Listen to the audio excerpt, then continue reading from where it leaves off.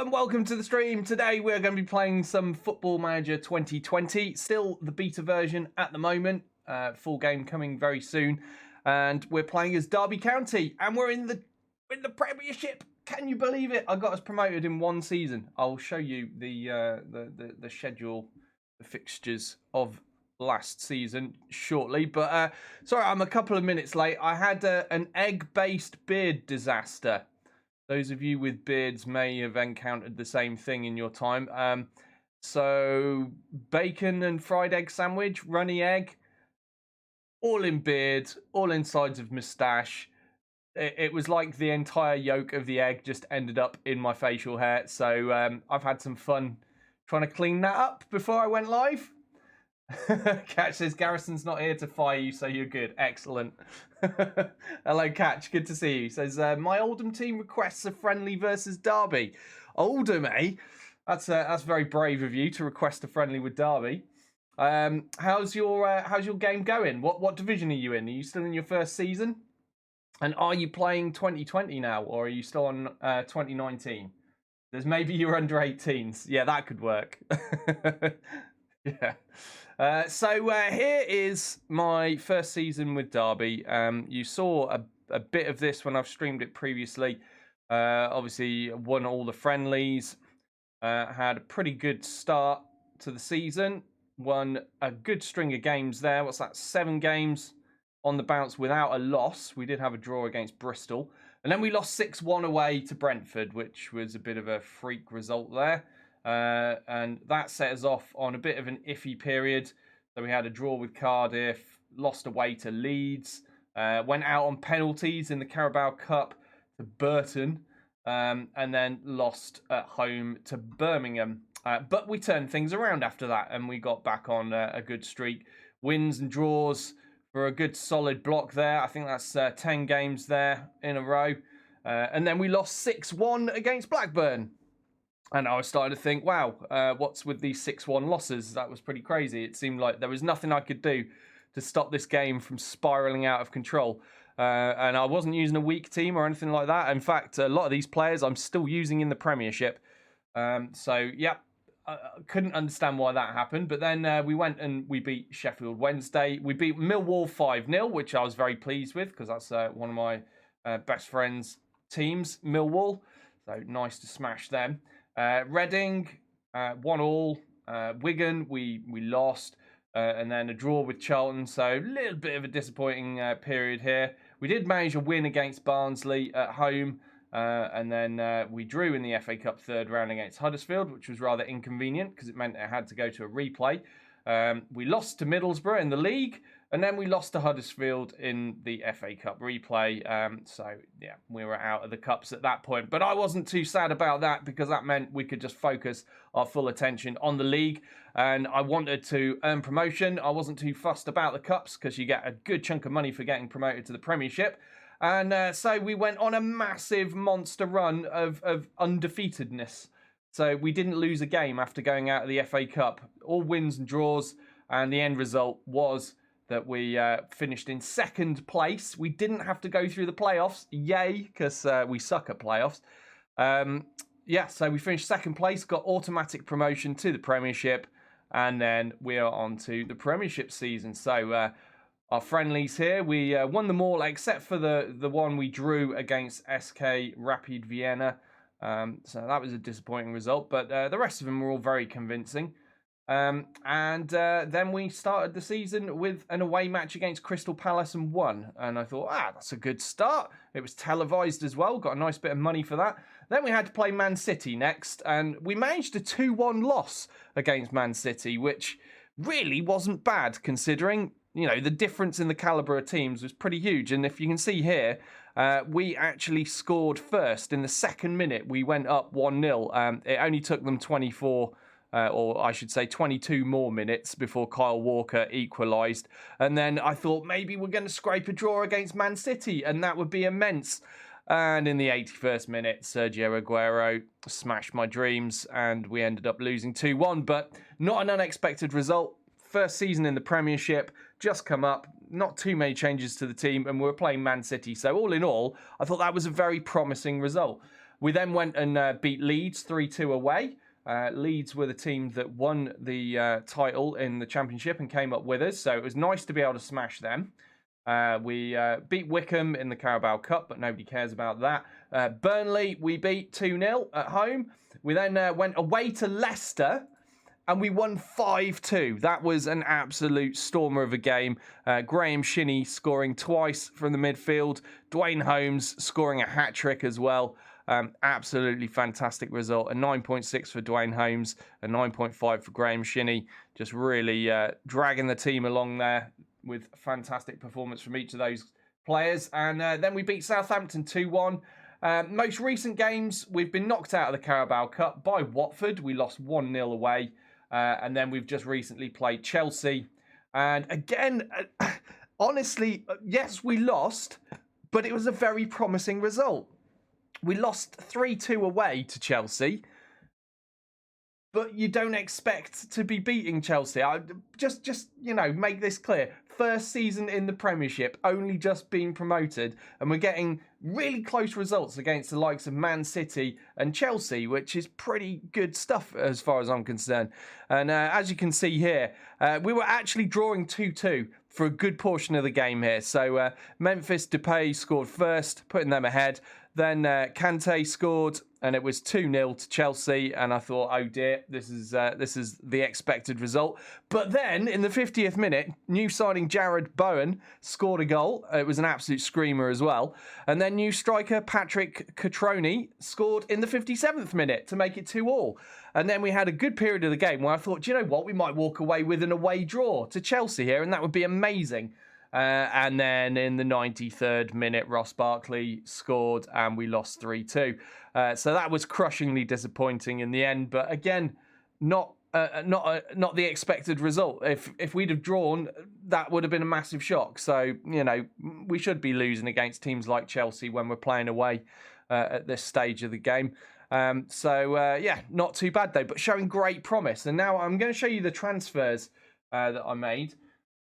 If I can figure out where the right page is. There we go. Transfer history.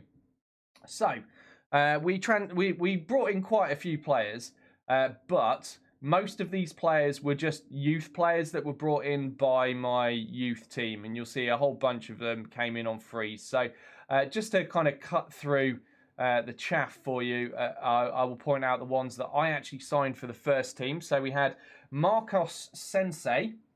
Or Sensi, and he's an Argentinian centre-back, ball-playing defender, left-footed, with reasonable potential. We paid 9.25 mil for him, so a little bit expensive perhaps for what I was getting there, but we needed to vastly improve our two centre-backs, so he was brought in. We also brought in Jared Bowen, and Jared Bowen, apart from, I think he's had an injury, 1 or 2 injuries already, which has been a bit disappointing, but when he has been on the field, he has been pretty damned impressive, so I'm very happy with the performance of this signing so far. Jared Bowen, signed him as an inside forward. It says his best role is inverted winger, but I'm playing him as an inside forward. If you look at his finishing there, it's 15, which is really quite good for a team of my level. I've had strikers with worse finishing than that. So I was pretty pleased with this guy, and I thought, yes, he's got the finishing. He will work as an inside forward. We can do this, and he has smashed in some beautiful goals. So very, very pleased. Possibly my best signing. We'll have to wait and see, but so far very, very pleased with Jared Bowen. Brought him in for 9.5 mil. Most of these signings, I kind of paid them a little bit up front, and then I'm going to be paying installments. So I may be bankrupting the club in the future. We'll see how we position in the league by the end of the season.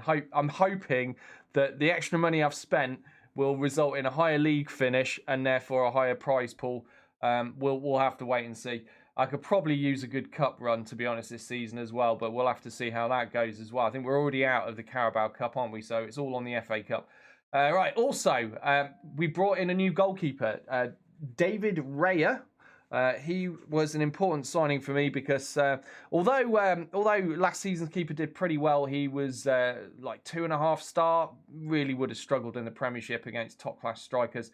So David Raya, Spanish goalkeeper here, sweeper keeper. And we're playing him as a sweeper keeper on defence, I think, and he prefers it on attack. I might have to change that, maybe see how he gets on with his personal preference. But he's got some good stats. Good at kicking, good at punching. Sounds like he could be the next Karate Kid. But no, he's got good reflexes as well. Good at rushing out. Good natural fitness. Good agility. So pretty damned awesome for a keeper for Derby anyhow. So I was pleased with that signing. He costs us 8 mil. Julian Ponceau. Ponceau is French and he's only 19. And already he's one of the best players at the club. And he was a bit of a steal for me. We got him for only 5.75 mil. I couldn't believe it. But he's got absolutely loads of potential. Could be the best player in the club eventually. We'll have to see. But stats are moving up nicely. He's performing pretty well. And he's a regular starter in the midfield for us. I'm usually playing him as a deep line playmaker. He does prefer advanced playmaker. But yeah, he's doing just fine as a deep line one. And then Patrick Cutrone, however you want to say that. We signed him from Wolves. He was our most expensive signing, 27.5 mil. That was mega bucks for my club, and I probably can't afford it, but we've done it anyway. Because I needed some serious talent up front to bang the goals in. If you want to survive your first season in the Premiership, you need to score goals, because scoring goals allows you to win or at least draw matches. So I needed some serious talent bringing in. We've still got Marriott. He's all right, but he's playing as a fill-in for me these days. And Cutrone is the starter. He's got finishing 16, determination 17. Looks like recent training hasn't been going so well for him. He's dropping a little bit in some of his stats. Or I should say most of his stats, but hopefully that'll turn around. He was injured, is the short version. He's been out injured and he's just come back. So I'm sure they'll all bounce back. He's only 22 years old. He's young enough that there's time for him to improve some more. And of course, the prime age for strikers is usually 27 to 31 or 27 to 30, something around there. So he's got many years ahead of him to get better. So, yeah, he's 6 foot as well, which is nice. He's not too small. Good at finishing, decent at heading. He prefers playing as a pressing forward. I'm generally playing him as either a poacher or an advanced forward. I think it's mostly a poacher, though, for him, which might seem a bit weird, but it just seems to be working with the way my team's playing. And we got rid of a whole bunch of players. You'll recognise a lot of old Derby players here, and some youths have gone. There's a bunch of my development players out on loan, which will hopefully strengthen up their stats a bit. But we sold off Waghorn. We sold off Joseph Zoon, or however he says his name. He's Dutch. Who knows how to pronounce that? And Chris Martin's gone as well, and Akechi Anya too. So we didn't make very much money from getting rid of those players, but we did clear them off the wage bill, which is nice. Hey, Lazy, good to see you. How you doing? So that's where we're at, and then now to show you the league table, because this is where I can show you we are doing pretty damn well. Bearing in mind we only just got promoted to this division. We moved up along with Leeds, and who was the other team that came up with us? I think it was Brentford, Leeds and Brentford. So Brentford down in 14th, Leeds solid bottom of the table, no points. 0 points on the board, 7 losses. Yeah, have that, dirty Leeds, have that. And here we are, Derby, all the way up here. 5th in the table. For a while, I was 2nd, but that's dropped. Oh, hold on. Maybe that was just after...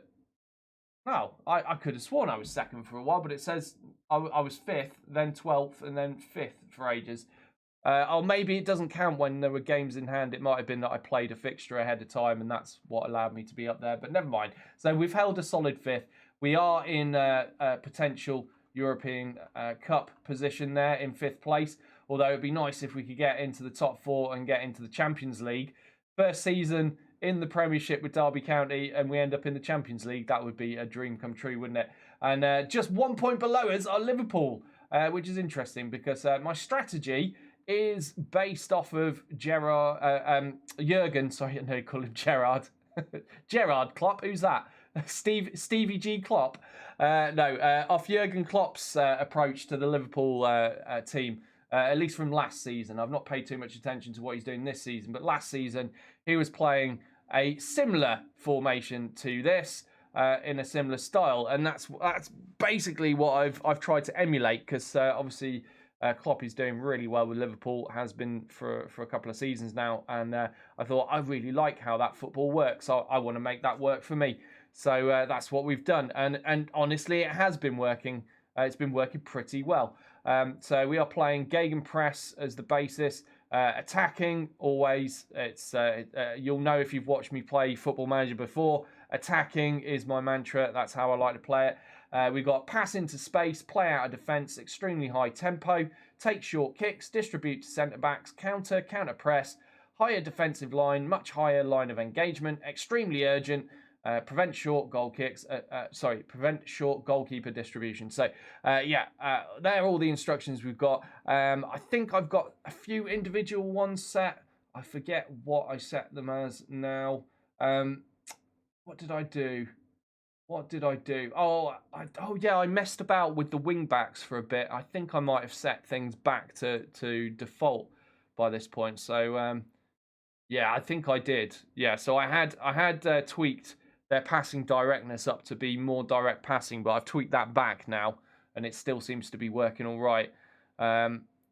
It's exactly as you see it then. And we've got up here, at the moment it's on advanced forward because Catroni's been out injured, and I was playing Marriott instead. But I had been playing him as a poacher on attack. Let's give him a try in his favourite role as a pressing forward instead. Let's see how he does with that. Let's try that. And then we've got Lawrence inside forward, Bowen inside forward on the right, both of them on attacking duty.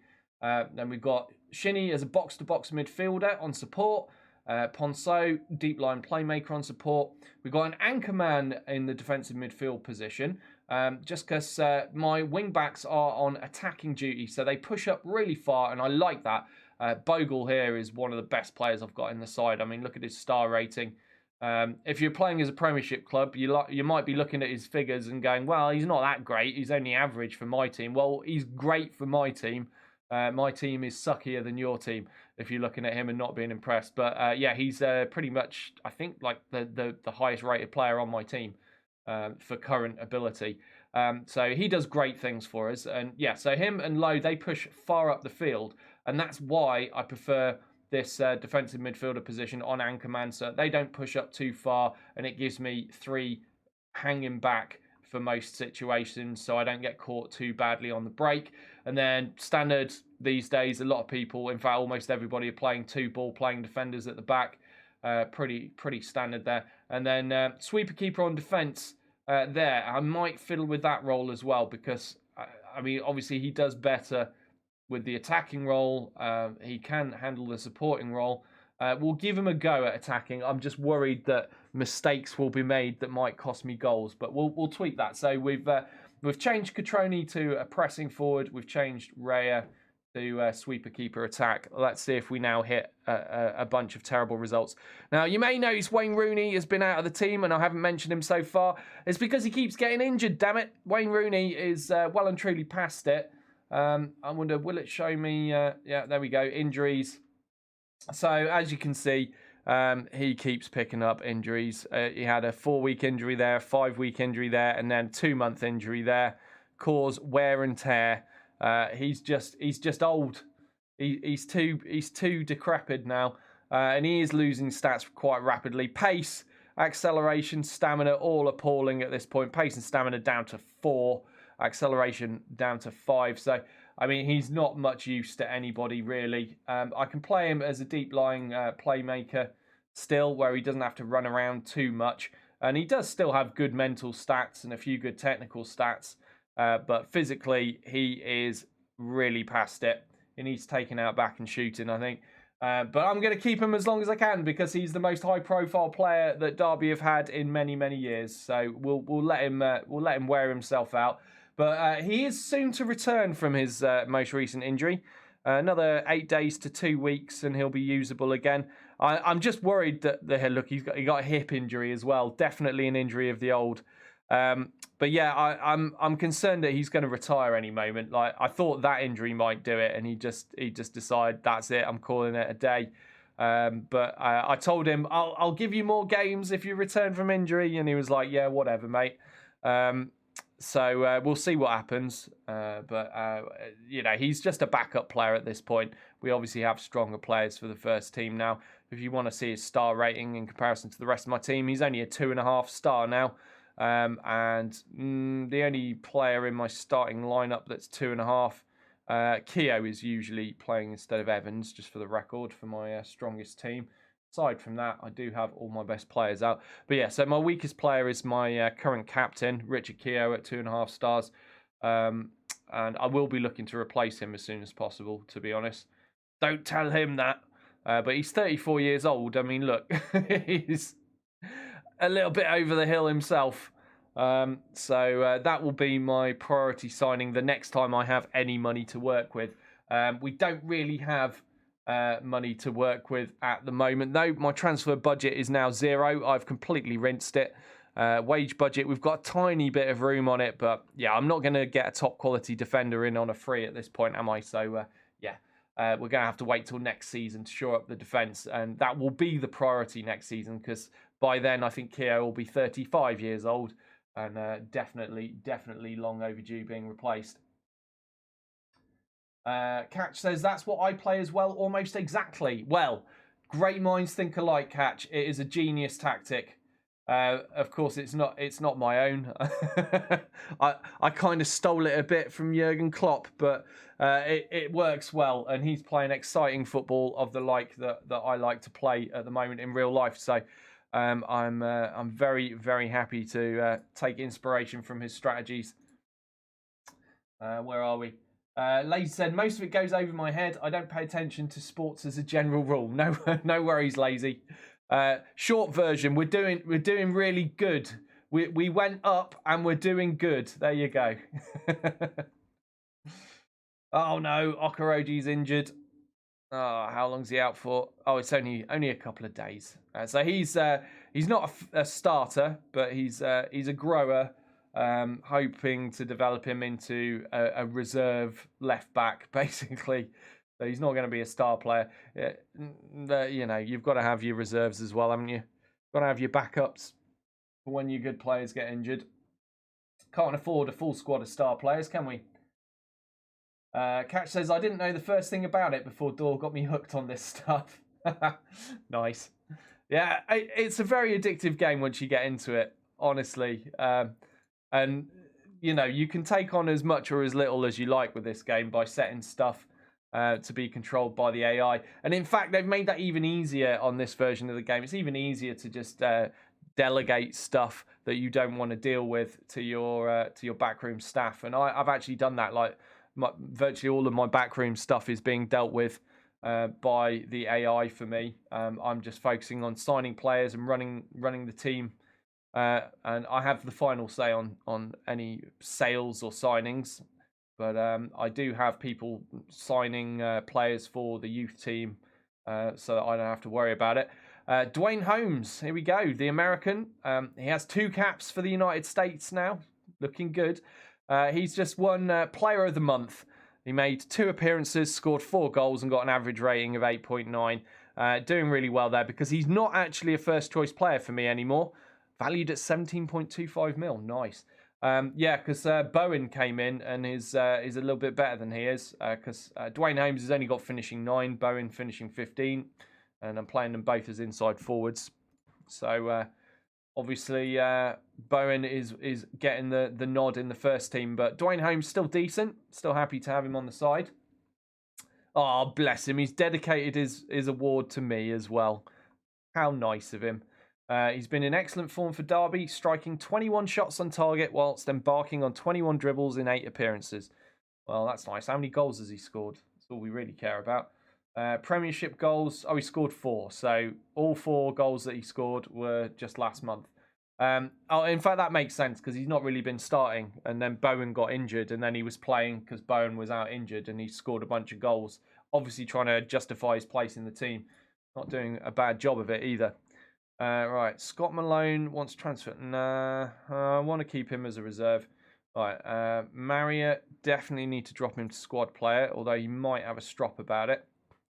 Dwayne Holmes, I should drop to fringe player. Oh, I don't want to upset him, and he's just had a great month, so we'll hold off adjusting that for now. Hey Chaucer, how you doing? He says, is it Friday already, or is Dawn giving us an early Christmas gift?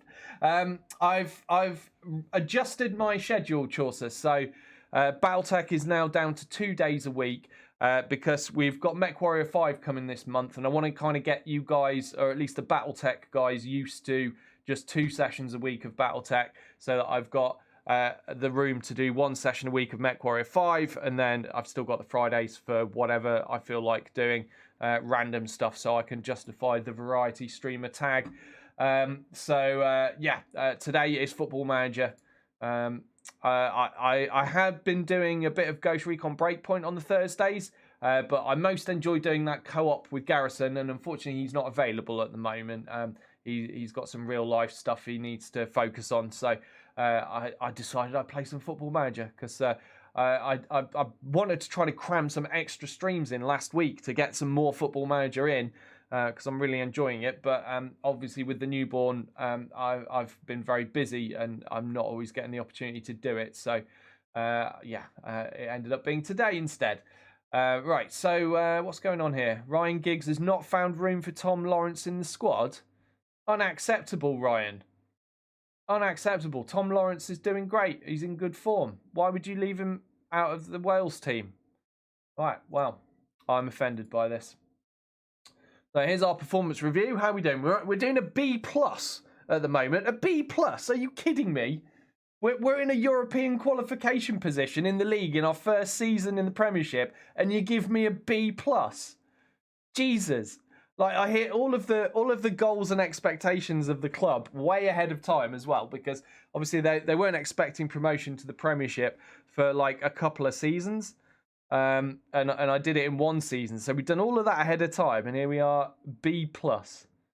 Transfers. The board believe your performance in the transfer market has been satisfactory, so I've only got a C for transfers. Well, that I've got to argue that a lot of those transfers that are dragging that rating down were made by the AI. So you're giving me a crappy rating because you signed bad players for the youth side. Is that what's going on?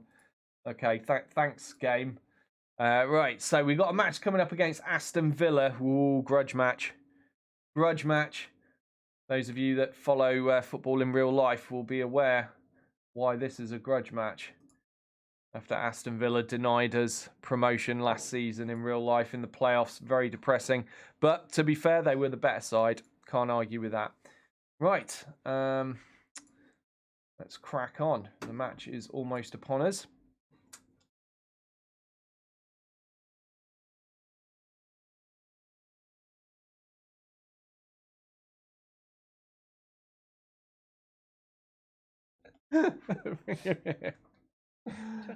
Yeah. Hello, little man. So, Shell just brought me the little man, and she'd stuck a note to his shirt that's now fallen off. I don't know if you're going to be able to read this. Can you read that? It says, "Have a good stream, Daddy. Love, William," and some little hearts on it. I'm pretty sure you didn't write that, did you, William? I did. He's really clever. Shell said he did. He's really clever. Oh, bless you, little man. Bless you. You want to say hello to the stream? Can you see them? You can't see them. You've no idea what's going on. Yeah, but there are people through that little camera. There are people on the internet. Yeah, right. This is only the second time you met them. He's got hiccups. I don't know if you can hear that. Let's put him by the microphone. Give him a hiccup. Good boy. Never work with animals or children, they say. Yep. No hiccups on demand. Apparently I found the cure for hiccups, guys. Just put yourself in front of a microphone. Absolutely sorts it. Oh, he's a good boy. He's a good boy. Right, I'm going to hand him back to his mum. All right, little man. There we go. Mummy, is that exciting? Eh? Okay, where was I? Try catch up with chat a little bit. So Lazy says Door's doing a 2-day variety schedule now. Yeah, that's right. That's correct, Lazy. There's a Mech Warrior 5. That's right, Chaucer. Mech Warrior 5 is coming hopefully to early access later this month. So possibly within a week and a half or something. So yeah, excited about that. It is being made by PGI though, just so you're aware. So we'll have to wait and see how it turns out. But I've parted with my money. I'm committed to it. I'm going to play it, good, bad, or otherwise, and I will stream it. And we'll see how we get on with it. It's been a long time since Mech Warrior 4 Mercenaries. So I am looking forward to it. Whether it's good or not, I'm looking forward to giving it a go.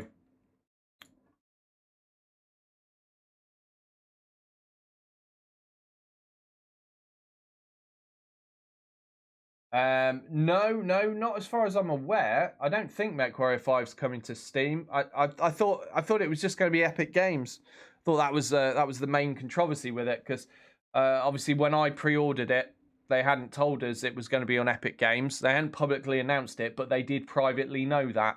Not that that would have changed my my purchase. I would have bought it anyway, but it is a little bit annoying to not be told the truth.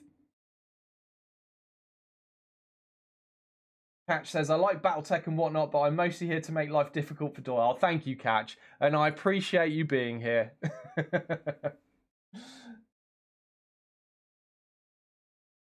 Something, inevitable bankruptcy, you failed the board. Yeah, thanks, Catch.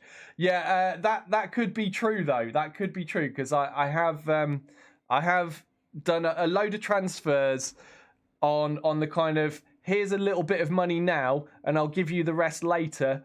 Hopefully, I'll have the money later. So, I might bankrupt the club. Overall balance 11 mil, and I'm pretty sure I've spent more than I've got in the bank right now. So, could get interesting. Could get very interesting. And by that, I mean I could end up jobless and on the street within a month or two if I don't bring the income in. But yeah, as long as I'm getting the results, they'll keep me here, and I'm getting the results so far. We've only lost 2 games this season, and they were away to Chelsea and at home to Man City, 2 of the strongest teams around. So yeah, can't really knock that. Who have we beaten? Have we beaten anyone good yet? Not really. We've beaten Southampton, Leicester, Burnley, Leeds, and Crystal Palace. So nobody that's in the top 6. Yet, but we'll see. You never know, it might happen. Right now we're playing Aston Villa. Where are they? Down in 17th. They've only won a single game. Well, that bodes well, doesn't it? That bodes very well. Hopefully we'll beat them. Oh, I didn't mention Cardinal. I brought him in as well. He's now my reserve keeper. He came in right at the end of last season, before the new window or new period started. So he's a reserve keeper that was stronger than the one I had. Who else did I bring in that period? I think I might have brought in Okoroji in that period as well. This wing back. So again, another reserve signing. Right, submit team. Yes. I think we're good to go. Yeah. All right, we're going. So Lawrence is lacking in match fitness. We've got Holmes on the bench, and Bowen can flip over to that left side should we need it. Right, I'm going to have to turn on the sounds again. Oh, not there. Right, let's just come out and then there we go. We now have crowd sound. So I usually play this in my own time when I'm watching something on YouTube or whatever. So I tend to turn the crowd noise off, which is why when I start streaming it, I always need to turn it on again. So here we go. Let's move the league table to where we are. Are we a bit loud? We are very loud. Sorry about that, guys. I forgot to adjust my stream volume for this game. Right, that should be better. Yeah, sorry about that. Yeah, lazy timing. Crowd noise, too loud. Garrison, oof, loud. Chaucer, it's loud. Yeah, sorry about that, guys. It was very loud. I should have adjusted pre-stream and I forgot. Hopefully that's better. Oh, Chaucer says still can't really hear you. Okay. How about now? How about now? How about now? Yeah, there we go. Wow, that's the lowest I've ever had to drop it. That's acceptable, is it? Oh, we've missed a goal. We've missed a goal. Jared Bowen scoring for us. 4th goal of the season, assist by Keogh. While I was fiddling with the volume, team has gone ahead and we have moved up in the table to 3rd place for now. Pretty damn good there. So we've leaped ahead of Tottenham and Liverpool. And we've just got another goal. What happened there? I'm adjusting the league table so we've got a better view of it. So it looks like Keogh has just scored his 1st goal of the season from this corner. Bowen with the kick. And it's a poor defensive header by Mings. And Keogh somehow beats both the defender and the keeper to put that in the back of the net. It is 2-0 already. Fantastic.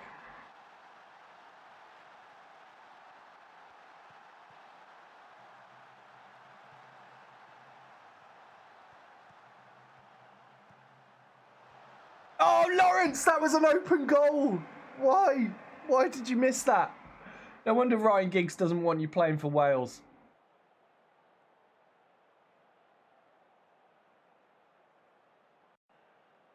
Catch says, you guys have to understand, the fans really, really love their fighting Doyles of Derby.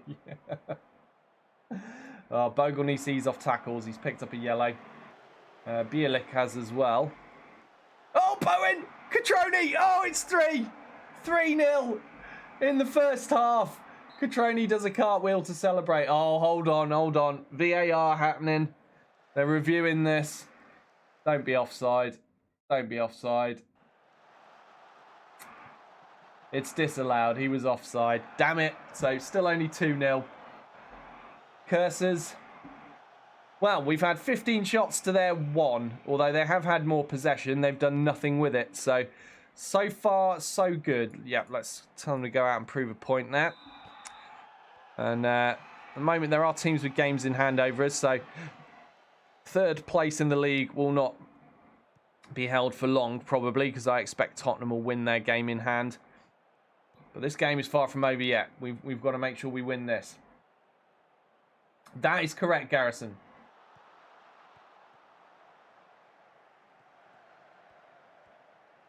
Oh, that was a close one. It's gone out for a corner to Aston Villa.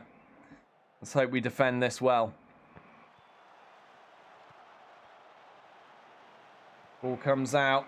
Andreas tries to take it past the man, but can't. Goes out for an Aston Villa throw. Villa have now had their 2nd shot of the game.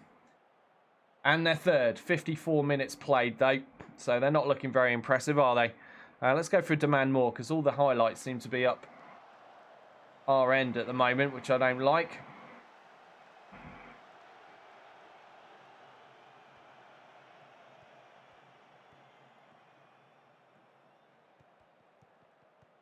Cross comes in. Oh, and it's found the back of the net. Mayoral, or however you say his name. Oh, it's been disallowed. VAR working both ways there. So we were saved from... oh, that was marginal. Wow. If I was Villa, I'd feel pretty robbed about that decision. That was so close. But we'll take it. Okay, highlight for Derby this time. Bowen on the ball. Now Bogle puts it into the box to Bowen. He's there. He finds Shinnie. Shinnie hammers it into the back of the net just inside the 18-yard box. And that is now 3-0. There's no disallowing that. Graham Shinnie's 4th goal of the season there. Definitely plenty onside. And Aston Villa are getting destroyed by this Derby team here. Bowen looked a little bit unsure what to do with the ball there, but found Shinnie in the end. And Shinnie found the back of the net.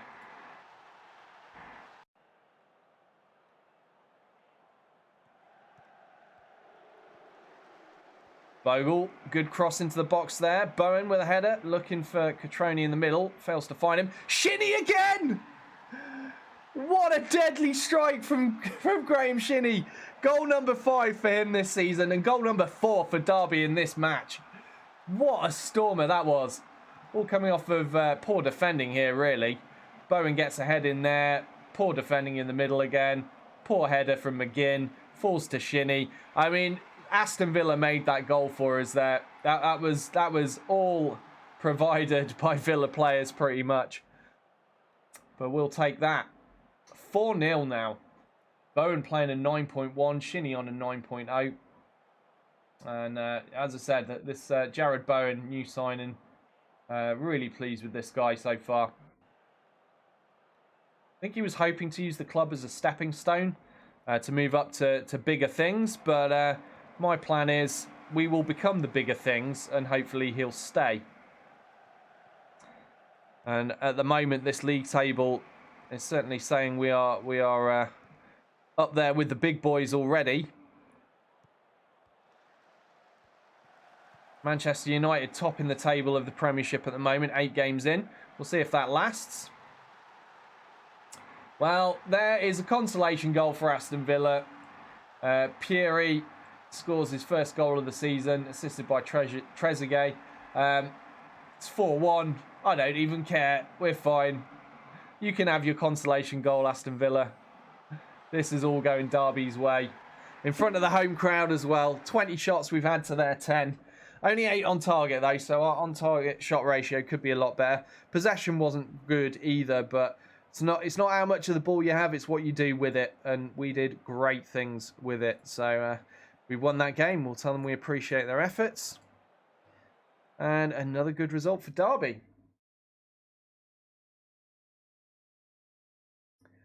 Catch says, Man United top of the table. Realism 3 out of 10. The truth hurts, doesn't it? Sorry, Man U fans. Right, we're going to praise Bowen's performance there. He's done well. Let's have a look at Man U. What have they got these days? What's making them do so well?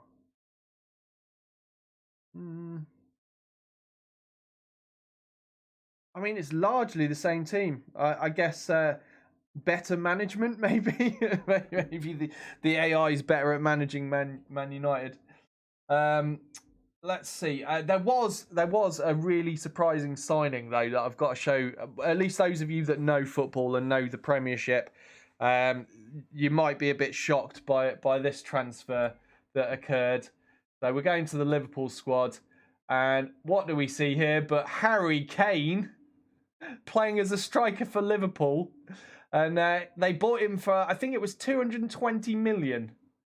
220 million pounds Liverpool signed Harry Kane for. They did sell a couple of big players to allow that. Let's go to their transfer history so I can show you. No, it's in the out section. I need to find it. Yeah, so as you can see here, Mohamed Salah went to Real Madrid for 125 mil. So that was a good portion of the Harry Kane transfer budget there. And they also got rid of Sadio Mane as well. Also went to Real Madrid for 124 million. So the sale of those two players is what granted Liverpool enough money to bring in Harry Kane. And I saw it and I thought, really? Do you really want to sell those two top-notch players just to bring in one Harry Kane?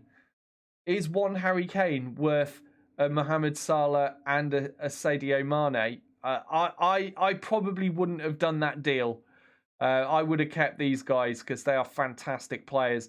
Both 28 years old, so still plenty of time left in their careers. Harry Kane's 27, so he's got a little bit longer left in him, but it was a questionable decision in my opinion to sell those guys.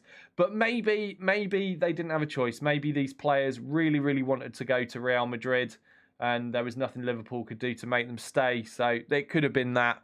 But yeah, I was very surprised to see that. And Tottenham are going to be rolling in money now. They got 220 mil out of that sale. That's by far their record transfer. So let's see what Tottenham actually did with that money. Very little. They pocketed most of it by the looks of things. Bought in a load of cheapskate guff players. Oh, they did spend 54 mil on Donnarumma here from Milan. Reasonable looking goalkeeper. Yeah, he looks pretty good. So yeah, they splashed out a bit on him, and Rafa, 36 mil, Portuguese attacking midfielder. Oh, excuse me. They bought in Januzaj as well. Okay, fair enough.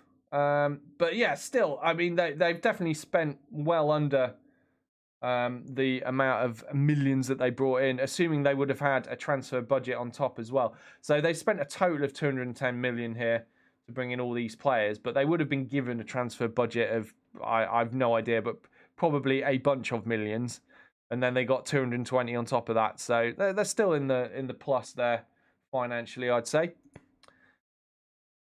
But yeah, that surprised me anyway, to see Harry Kane go to Liverpool. I was like, what? What is this?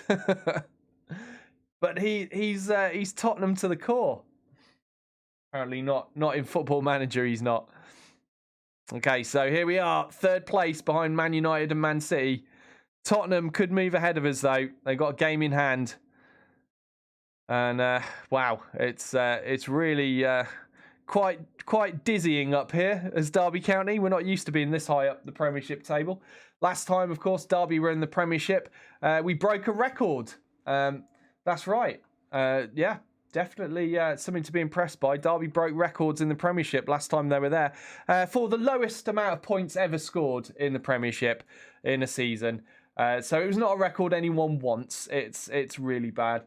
So the less said about that, the better, really. But hopefully we'll do it the other way around this time, and we'll break the most amount of points Derby have ever had in the Premiership in our first season in it. We don't want to relive the nightmare of, oh God, how many years ago was it now? It was quite a few years ago now. I can't even remember precisely how many. But yeah, embarrassing season for Derby that was. Hey Gecko, good to see you. How you doing, mate? Oh, and thank you for the bits as well. Sorry, I didn't hear the bits. They were probably drowned out by my overly loud crowd.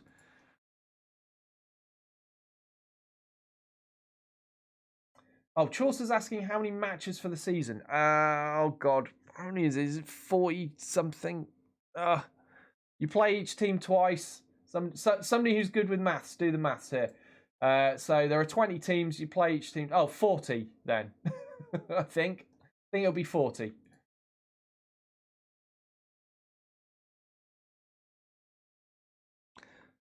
I don't remember off the top of my head because I don't play in the Premiership very often. Again, those that know me playing this game will know I usually play starting from the very bottom of the playable football leagues in this game and work my way up. So most of my time is spent in the lower divisions, and usually by the time I get to the Premiership, I'll play one season in it and then I'm done. Right, just have a look at these youths. While we're on this page, we've got a couple of really promising youths out on loan. We've got Gary Bott. Conveniently, he is a regen, so you could say he's a bot-created player. And he's got loads of potential there, 5-star potential, possibly. Finishing 15 at 17 years old, looking pretty good. Determined, good with teamwork and work rate. He's going to be a good try-hard player. Looking forward to seeing how this guy develops, and we want to keep him at the club. He's currently at loan on Scunthorpe. And we've got Lee Buchanan as well, also looking pretty promising. Same level of potential, 19-year-old left-back. I kind of hope he develops to be able to play the wing-back position well enough. I mean, he's looking all right.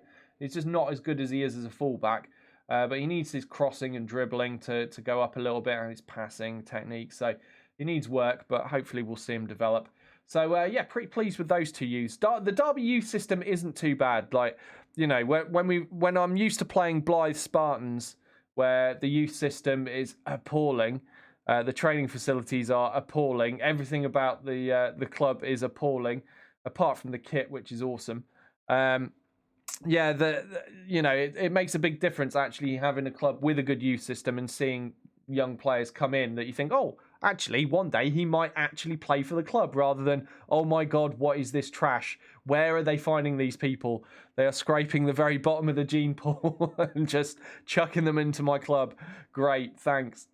So here we go. We got 4 players in Team of the Week. Keogh, Shinnie, Bogle and Bowen. Looking good there. And Harry Kane and Jamie Vardy getting in there as well.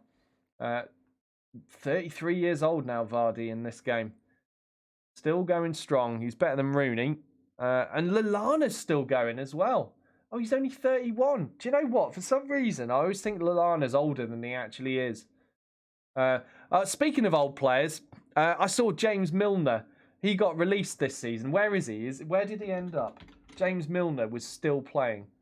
There he is. Is he on a free? Because I tried to. Oh no, he's at Vigo. He's signed to Vigo.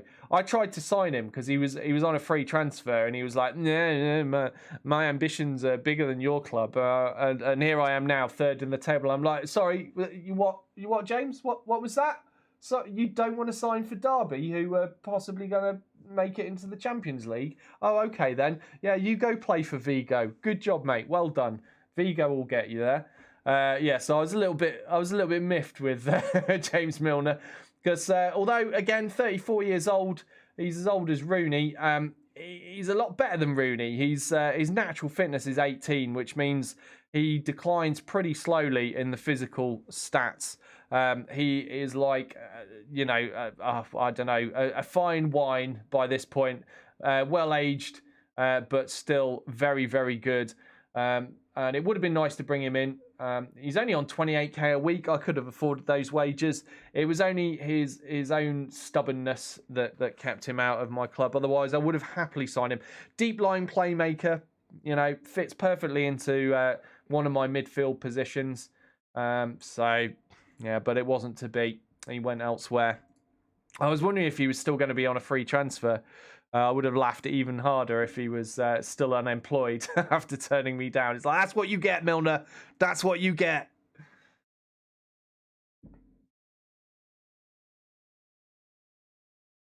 Sorry, I'm just laughing at a couple of guys in chat going over the lyrics of I Don't Want No Scrubs. I remember that song. Man, that's really old now as well, isn't it? That was in the 90s. No Scrubs, wasn't it? I think so. Oh dear, Mason Bennett's injured. He's got blisters. He's got blisters, and that's going to keep him out for 8 days. Are you kidding me? What? Sorry, can I just ask? Hey, Ryland, how you doing? Good to see you. Has anyone in chat ever had blisters and then said sorry? Phone work and said, sorry, boss, I need 8 days off work. I've got blisters. I can't possibly come into work. I can't work. I've got blisters. I'm sure you understand. Blisters are really, really, really hurty. Thanks for the time off. Goodbye. I'll see you in 8 days. Has anyone tried that? Because that's what this guy's doing here. 8 days for blisters. Mason Bennett, you wuss. Walk it off, mate. Walk it off.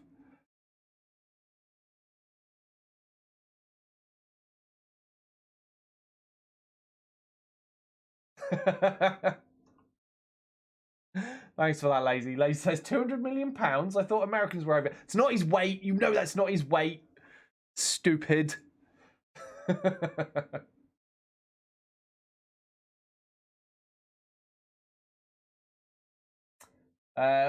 What's Gecko saying here? He says, took my pop and kiddo to see the new movie Midway. It was better than the original and was very accurate. Oh, that's cool. That's interesting to know. I might have to try and watch that. I'm not going to be able to get down the cinema anytime soon, so I'll have to wait till it comes out on DVD or on general release on one of the channels. But I do like my my historical war movie type things, so that's cool. That's cool. It was very accurate to history. That's good to know. And I assume you're a man that knows history rather than a man that learned his history from American Hollywood movies. I know you wouldn't be one of those, Gecko. I know you wouldn't be one of those. I joke though, but a lot of your fellow countrymen did learn their history from Hollywood, and that's why it's wrong. But yeah, no, that's good. It's good that they made a very accurate one. Dead Man Splat says, more or less, I was in the army and blistered both heels so bad I couldn't walk. Okay, that sounds fair enough. Did it take you 8 days to recover from them, though, Dead Man Splat? Or did you just, get over it after a couple of days? Because, I mean, I've had really bad blisters myself from massive hikes in the past when I was younger, and I don't remember it knocking me out for 8 days. It was maybe a couple of days, and yeah, it'd sting a bit after that, but you can walk at least. I don't know. Maybe you were hiking barefoot across desert sands or something, and it got really bad. I wasn't doing that personally.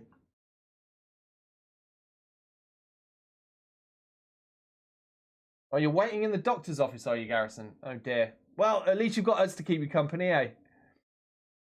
Has Ruvian got a lightsaber? Where did? Oh, he's got that off Co Carnage. Awesome variety streamer has got a little lightsaber icon. I love it. That's amazing.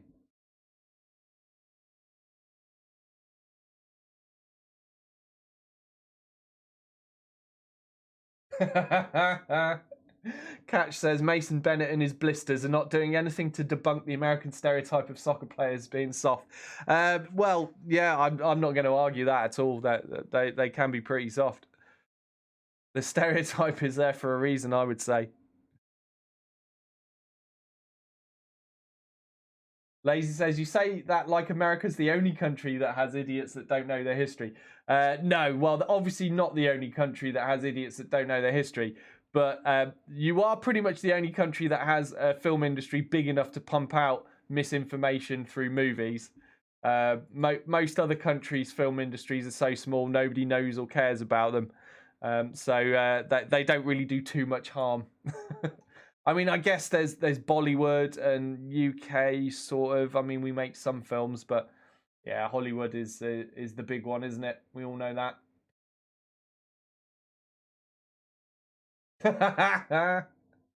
Gecko says Inglorious Bastards is 100% accurate and true.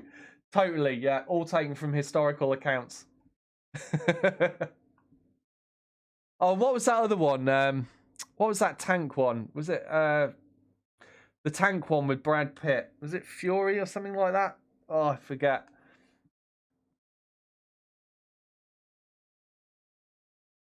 The Dead Man Splat says it took a week before I could wear normal shoes. Okay, that's really bad then, Dead Man Splat.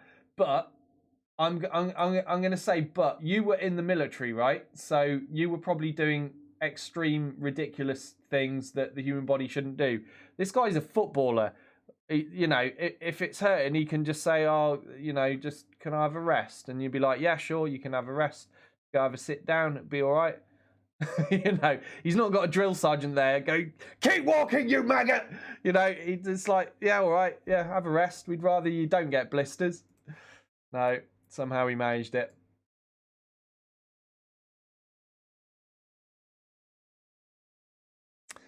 Right, Jared Bowen, let's praise his excellent form.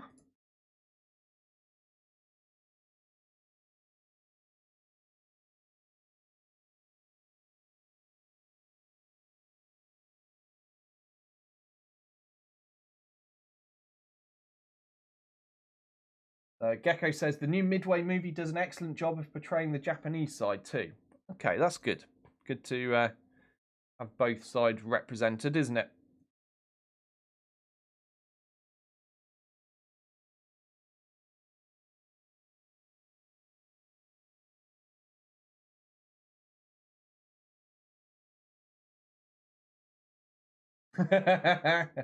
Oh yeah, the film was called Fury. I thought it was something like that. Yeah, I never actually watched the film. I've seen clips of it though.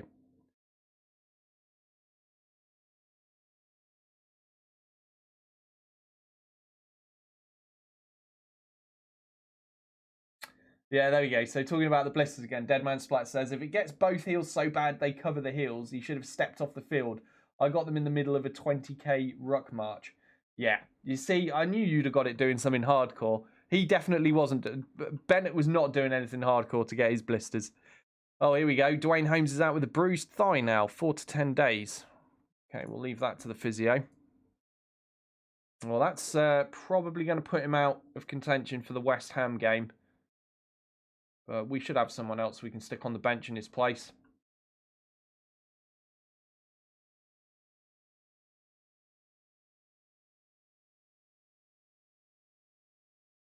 Lazy says Bennett was showing off for the girls, pretending he was hardcore. Well, you lot aren't going to know this, are you? But in real life, he got himself in a little bit of trouble because there was a Derby player outing, and him. Oh God, who was the other one? Him, someone else who I've forgotten, and Captain Richard Keogh stayed out later than everyone else, getting absolutely hammered. They ended up. Somebody drove home drunk with them all in the car. An accident was had. Keogh has a potentially career-threatening injury in real life, so his career might be over. He's got real bad.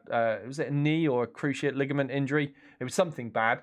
Yeah, Bennett is in trouble for drink driving, I think it was, and there was another player involved. I forget who that was, but yeah. So in real life, bad boys in trouble. Jason Knight. I don't want to transfer list Jason Knight. He's got potential. I want to try and keep hold of him. Maybe I'll loan him out if I can find him a decent loan. We don't want him losing all that potential, do we? Really? 100% wages and 100%. Okay, let's offer that to clubs. If anyone wants him, right? Catroni should be dropped to be a regular starter. No, he is important to me. And Okoroji should be a fringe player. All right, we'll drop Okoroji. See if we can get away with that. Who's this guy? Lee Hadji. 18-year-old. Can play as inside forward. Finishing 11. I mean, it's not that bad for an inside forward. It's not great either, but it's not completely terrible. Might have to scout this guy. Not that I can afford to sign him, but he might be available on a free in future if nobody picks him up. He might just run his contract down if he wants to leave Marseille.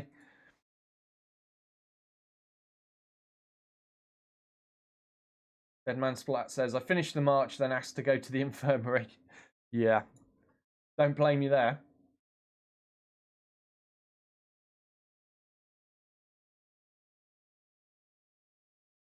Catch says, athletes with $1 million bodies and 10-cent heels apparently exist without concern for borders or sport. Fair comment. Right, let's praise Bogle. Well done. Good lad. You're training well. Keogh form deserves Island call-up at 34 years old. Well, we'll see if he gets called up. I mean, he's already got a bunch of caps. 25 caps and 1 goal in his career. So we are, well, West Ham are slight favourites, it seems, for this game. And we're playing them away. So could be a tough game for us. Let me see. So Dwayne Holmes, full fitness in 3 days. Yeah, let's get Bennett on the bench in place of him. Bennett seems to have recovered from his blisters now. And we've got Wayne Rooney. Wayne Rooney's back to fitness. Well, I'll make him available for the under-23s. Come on. Until he's match fit, anyhow.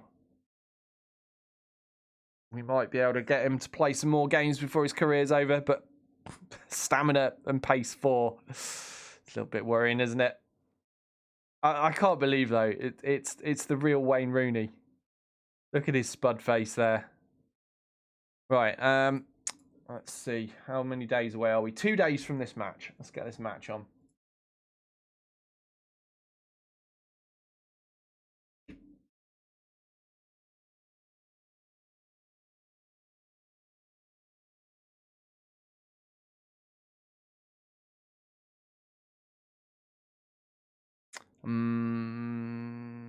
Ponso is out injured. Oh no, that's bad news. Oh, no, we did not want that to happen. He's my best midfielder at the minute. He's going to be out for 2 weeks. Well, that's weakened the side just before this West Ham match. Really not happy with that. Have I found any of Manuel Pellegrini's recent comments about what he perceives to be your current overachievement patronising at all? His praise has been interpreted by some as being a bit demeaning for your side. No, I think he's being genuine. We are overperforming. So, yeah. I'm not gonna deny that.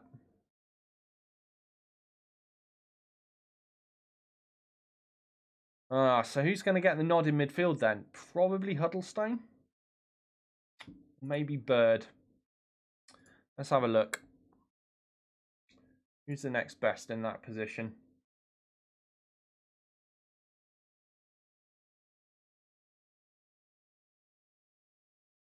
Yeah, it's going to be Huddlestone.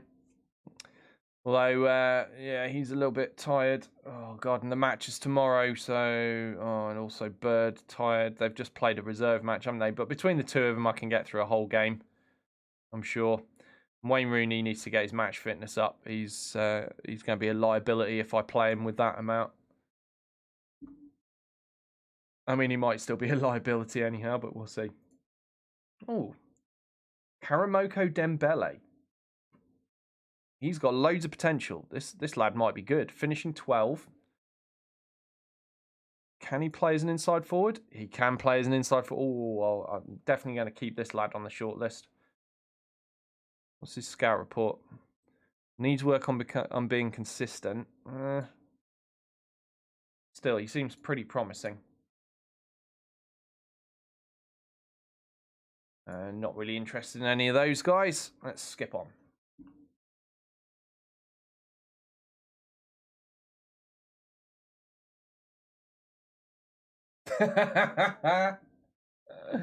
That's true, Catch. Catch says it takes Rooney a half hour to get from one end of the pitch to the other, but he makes up for that by being utterly exhausted when he gets there.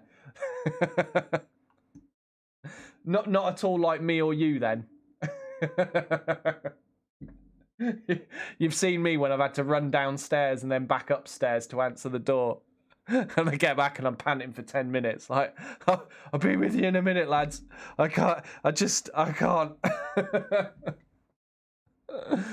But yeah, you know, we're not getting paid 50k a week, are we?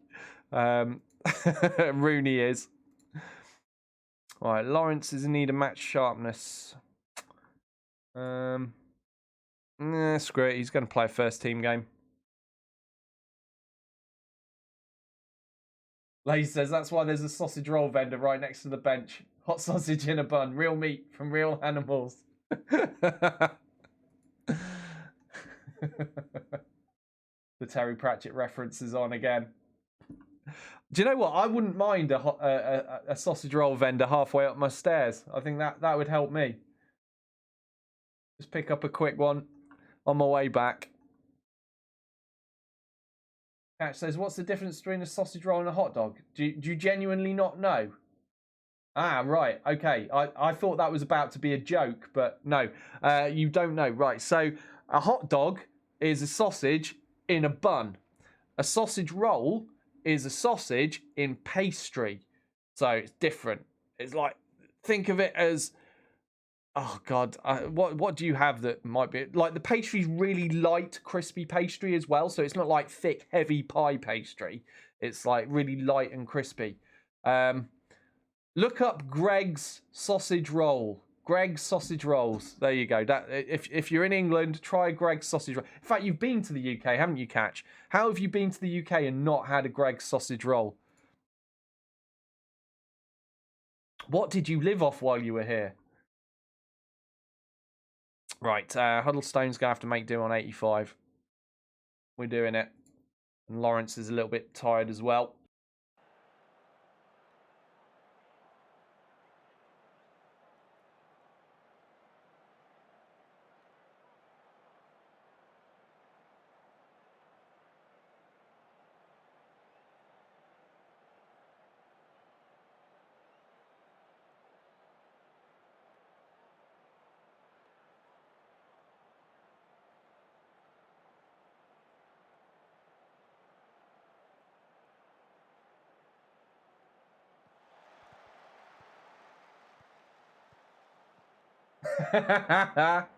Kat says, I'm not taking you at your word that Googling Greg's sausage roll would be something I want to see. Greg's with 2 G's at the end. Otherwise, yeah, you might get something you don't want to see.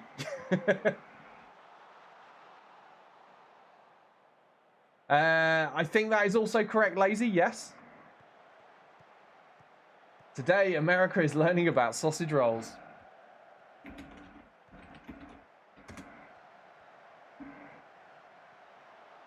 Right, hang on. We're pausing the football. This is important.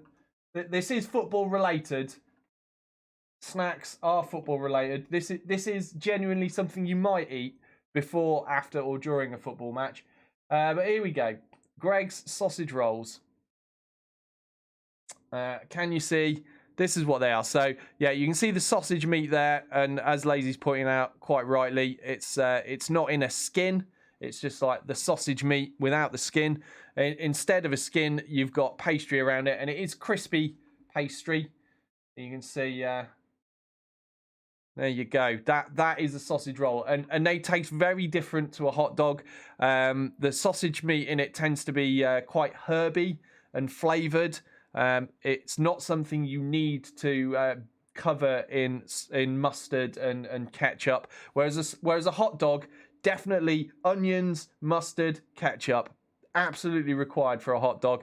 But for a Greg's sausage roll, you can just eat it as it is, or if you like, you can dip it in a bit of sauce. But yeah, they work just fine as they are. But there you go. That is a Greg's sausage roll. And Americans, if you've not tried these, you really are missing out. You're definitely deprived. You can't call yourself the greatest nation on earth if you can't get hold of hot dog. Sorry, not hold of hot dogs. Get hold of sausage rolls. You got to fix that. Sort that out. Send a message to President Trump. Say we need more sausage rolls, please. Greg's will provide. In fact, maybe that can be done in the UK-US trade deal after Brexit. Maybe we'll send you some sausage rolls.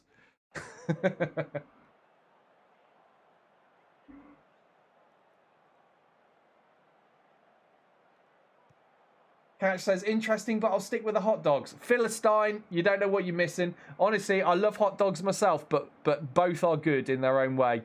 You've got to give it a try.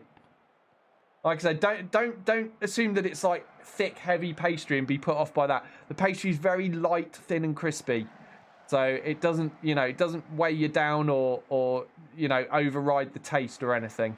You have to try it to know. And we have just conceded a goal. Oh dear.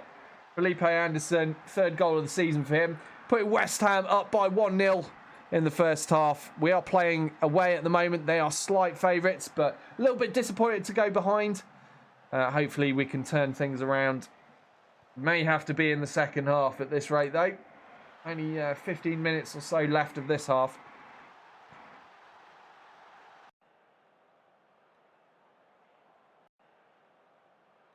That is not a hot pocket. It is not a hot pocket. Burn him. It's not a hot pocket. How dare you, Catch? How dare you? I can totally see where you're coming from, though, there. I really can. But no, you're wrong. Sausage rolls seem like what you get if you can't find a decent hot dog, calzone, or stromboli. Also wrong. They're a perfectly legitimate choice of snack.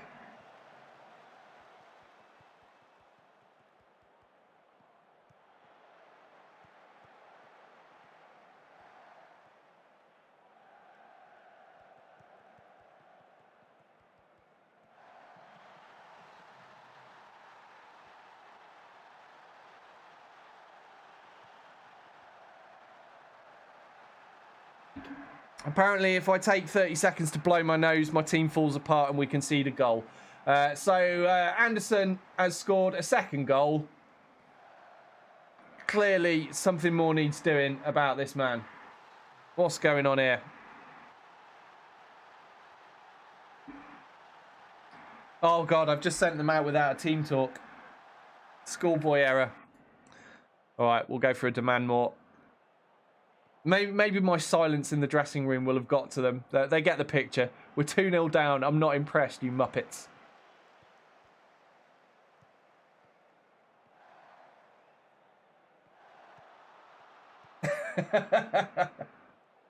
Damn it, lazy. There is no Colombian marching powder here. Proof. Tissue. Now he's going to say it's a solid block of it, isn't he? No, it's a tissue.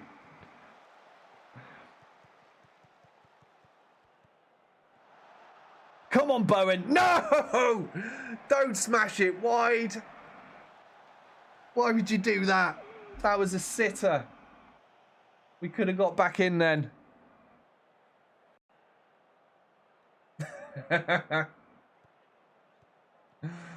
Right. Come on, boys. This is just depressing. We've been on such a good run. I'm going to have to move the league table. We're down to 5th again. Oh, Catroni! Smashes it in on the volley from 6 yards. There's hope. We might be able to claw back a draw here. I hope we can claw back a draw.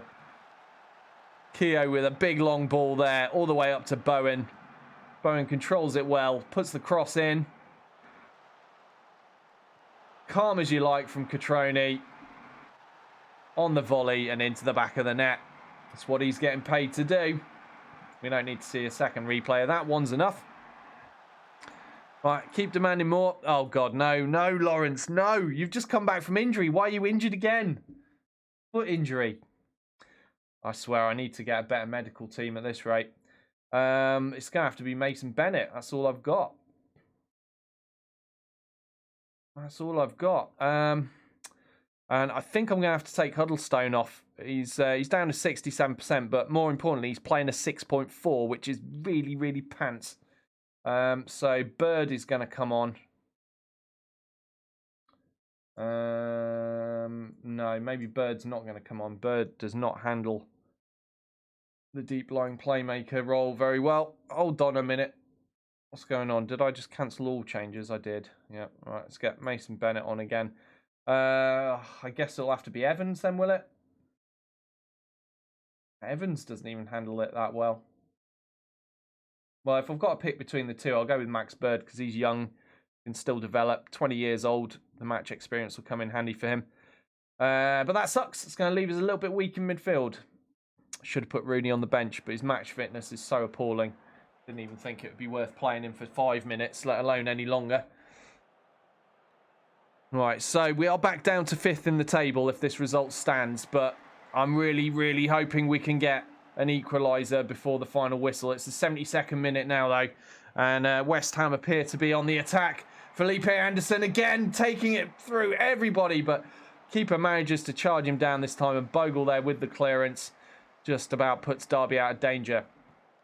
Don't know how to pronounce his name, but he's just taking a decent free kick. But the resulting header went over the bar. Derby get another reprieve. Going to go for another demand more. Rare with the goal kick there. Failing to find Bennett. Shinnie, what was that, mate? Yarmolenko just gets the ball for free there thanks to Shinnie's terrible header. And Creswell is in the box. Oh, it's dangerous. And it's in the net. 4-0's scoring for West Ham. It's now 3-1. And the glimmer of hope we were given by that Derby goal in the second half now seems to have lost its shine. Looks like we're going to lose this game. Creswell to Mr. Unpronounceable, to 4-0's to the back of the net.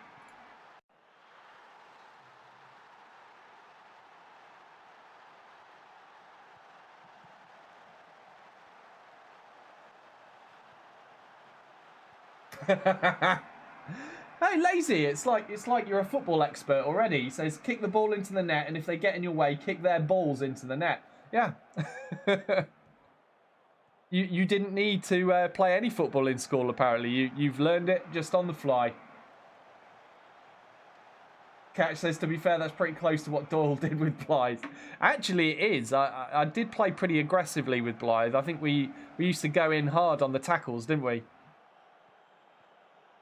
I'm not doing the same with Derby. We are aggressively closing people down, but we're not tackling like maniacs.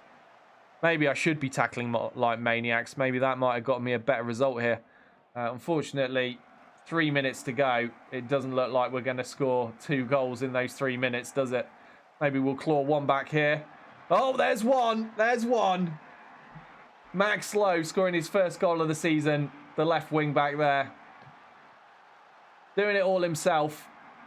Dribbles it into the box. Takes a shot that was saved, but manages to bury the rebound at a very, very acute angle there. Look at that.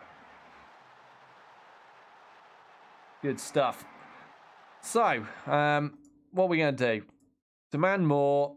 Let's go very attacking. I mean, we've got minutes left to play. There will be 6 minutes of added time. So we are going all out. All or nothing now.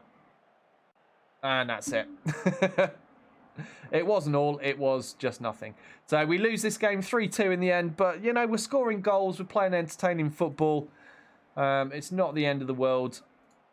And we are still holding on to 5th place in the Premiership. Tied on points with West Ham now.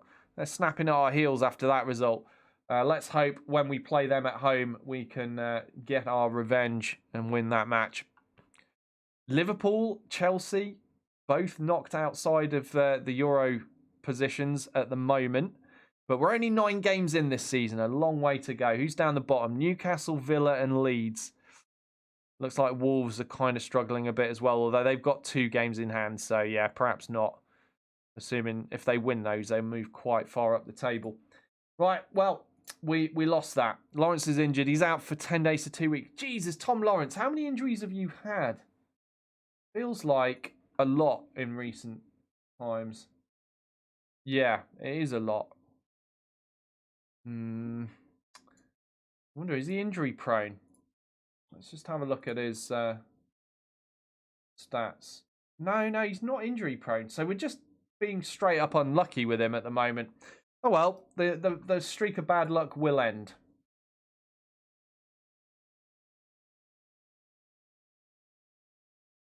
Bogle reaches the yellow card limit. Oh no, that means he's going to miss a game.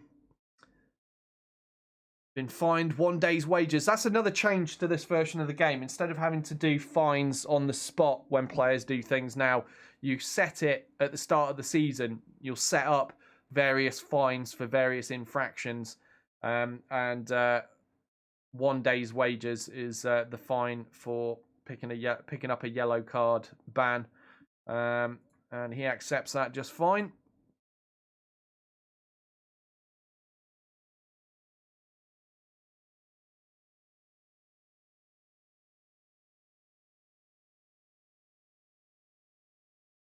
Ah, dear. Huddlestone was very disappointing. I feel like both my midfielders were disappointing. They just failed to control the game for us, didn't they? Didn't work out.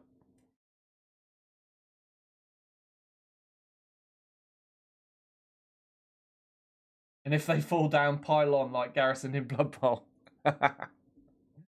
Yeah, they're some of my favourite memories of Garrison.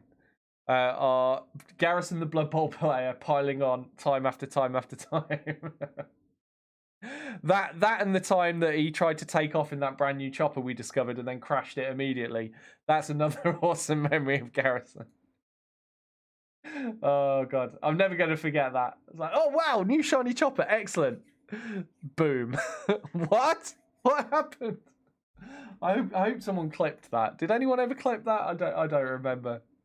It was hilarious though. Best takeoff ever.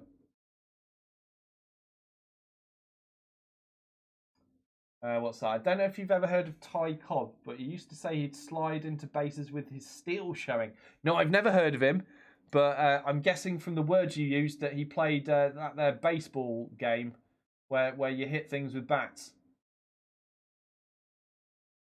The lady says, I remember Ty Cobb's name. He's old school and was a badass in his day. Yeah, he was a real bad guy, yeah. Could get away with it more back then. Yeah.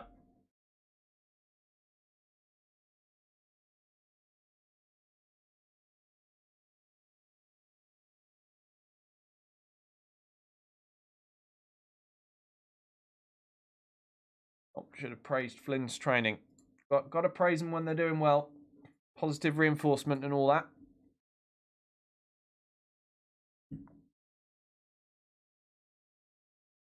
Oh, this will be interesting. We've got Liverpool at home next.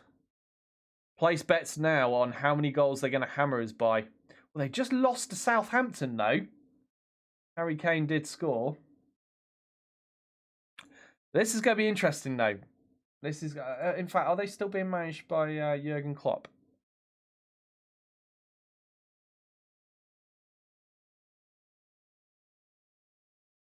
Hold on, it should tell me here, shouldn't it?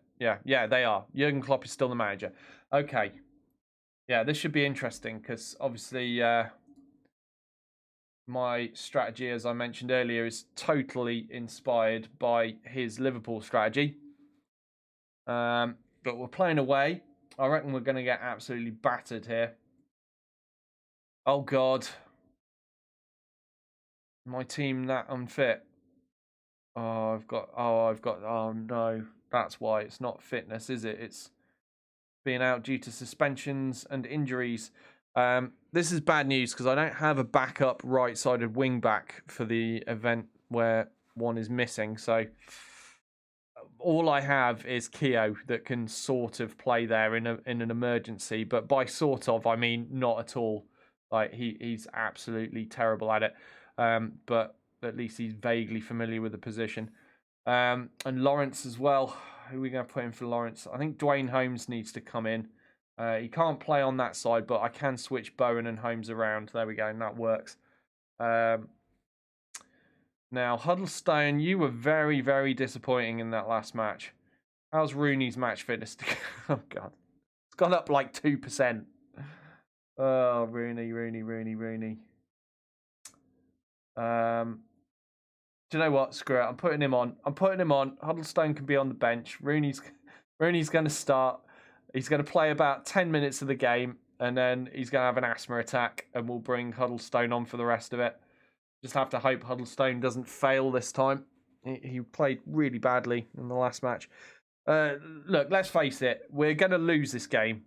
Like, there's no doubt in my mind about that. So we're just looking at damage control here. If I have to put out, some iffy players, so be it. Even if I put out my strongest side, we weren't going to win.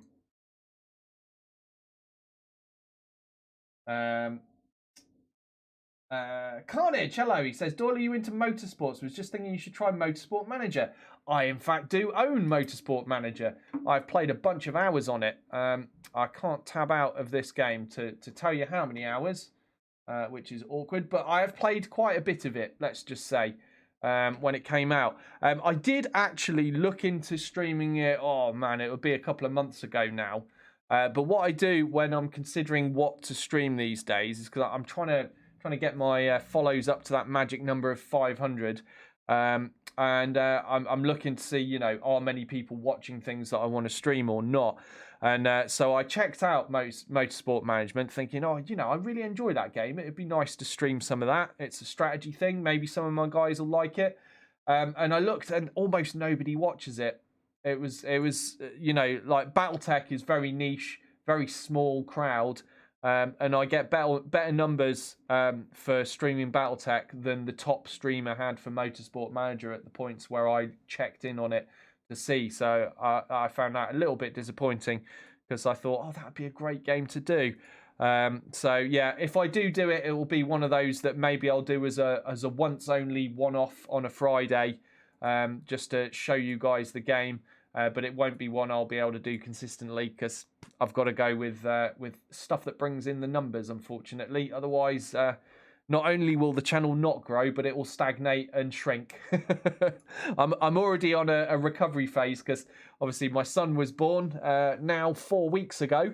But after his birth, I had 2 weeks off. And in that time, I lost a lot. In fact, I lost half of my subscribers during the 2 weeks that I had off, which was a pretty big deal to me.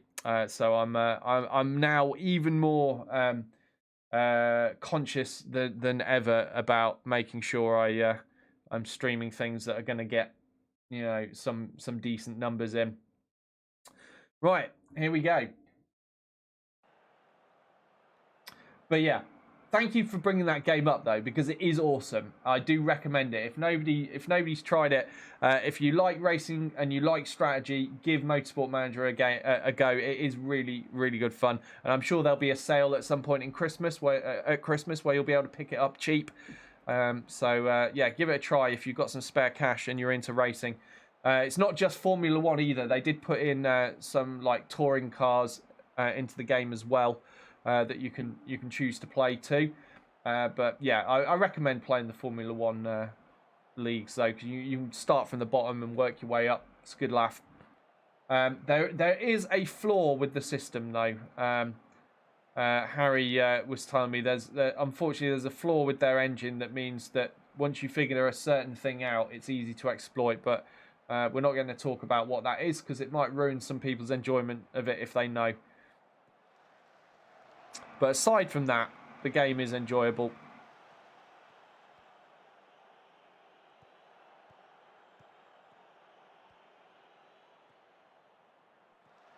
Lazy says, make sure to have an emergency sausage roll vendor on call for Rooney. Will do, Lazy, will do. They'll be bringing sausage rolls on a stretcher. Instead of having it empty and ready to pick up injured players, it's just lined with sausage rolls for Rooney. Low. Nice. Nice cross over to Holmes. What's Holmes going to do with it? Oh, he's going to fluff it up. We need better than that, Holmes. We're playing Liverpool here, mate. No time for messing around. Oh, Harry Kane. Oh, almost lost possession, but he's regained it. Wisdom with the header there. Rooney on the ball. Come on, Rooney. Nice. Safe pass to Holmes. Holmes punts it forward. But that's too far forward for Catroni to reach in time. Becker gathers it. Rolls it out to Gomez. Oh, dear. That was another one, actually. Let me just pause there because you just saw a player called Everton. Again, those that know UK football, you'll know Liverpool and Everton, massive rival teams.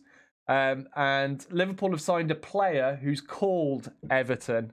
And when I saw the headline for the news article about the signing in the game, it said Liverpool sign Everton or Liverpool buy Everton. And I was like, what?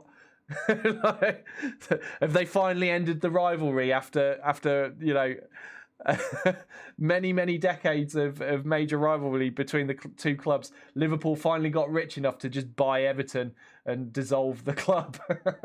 But no, they actually bought a player called Everton, which was still kind of amusing to me. Probably not so amusing for Liverpool fans. They probably think that's some kind of heresy. You can't sign a player for Liverpool that's called Everton. There's something very wrong about that. All right, we're going to go for a demand more.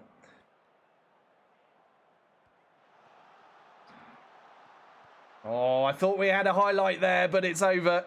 Oh, hold on. Comfort.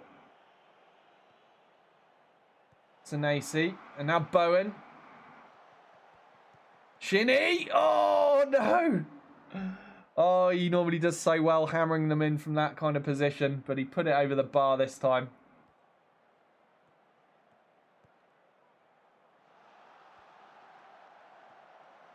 Lautaro in the box, closed down well there.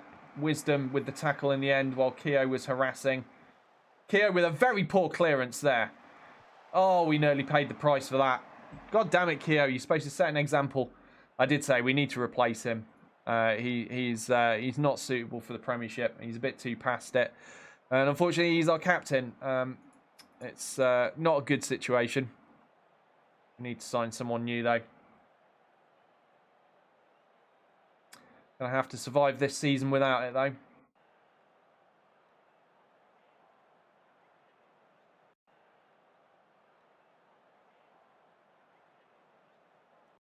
Yeah, Catch says, I follow Motorsport Manager on Twitch and usually nobody's bothering. Yeah, it's a shame because it's fun. I imagine, you know, not long after its release, there would have been a bunch of people watching it. But it came out a long time ago now, didn't it? All right, let's get Malone on in place of the injured Lowe. I hope it's not a long injury because, again, Lowe is quite a talented player for our team. It would be a shame to be without him for a long time. Potential foot injury, could be anything. Could be anything. Oh, and Firmino. Finally a goal for Liverpool in the 69th minute. Puts them 1-0 up. Honestly, I think we've done well to last this long. We've done well to last this long against what is obviously a superior and vastly more expensive team than ours. Well, you know, Harry Kane was 220 million. I could buy my team a lot of times over with 220 million.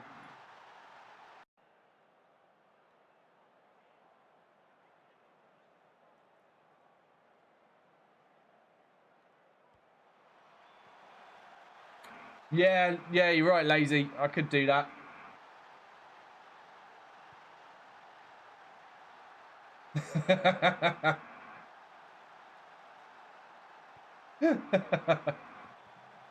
Thanks, Catch.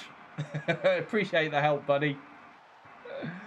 Oh, we've conceded another goal. It's 2-0. The result is going the way we expected. So where do we drop in the table now? Only down to 6th. Although West Ham have got a game in hand. Chelsea have got a game in hand. Everton have got 2 games in hand. Oh, God. Right, so we could be dropping out of the European places as a result of this.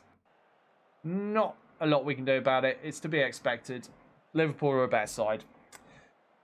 Have we got another injury? Oh, my God. Oh, my God. What am I going to do? My team's falling apart. Wayne Rooney has somehow stayed on for the entire match. How has he managed this? Oh, my God. The team's getting decimated. I hope they're short injuries. Please be short injuries. Please be short injuries. We don't have the squad depth to survive nasty injuries. Well, why am I so desperate? I mean, all we've got to do this season is avoid relegation. That's all we've got to do. That's all the board's expecting. But as usual, my expectations are much higher than the board's. I would love to be able to get a European place. Like, even if it's not Champions League. I mean, Champions League is way out of our reach. But if we can get in the Euro Cup, that would still bring in a lot of money to the club next season.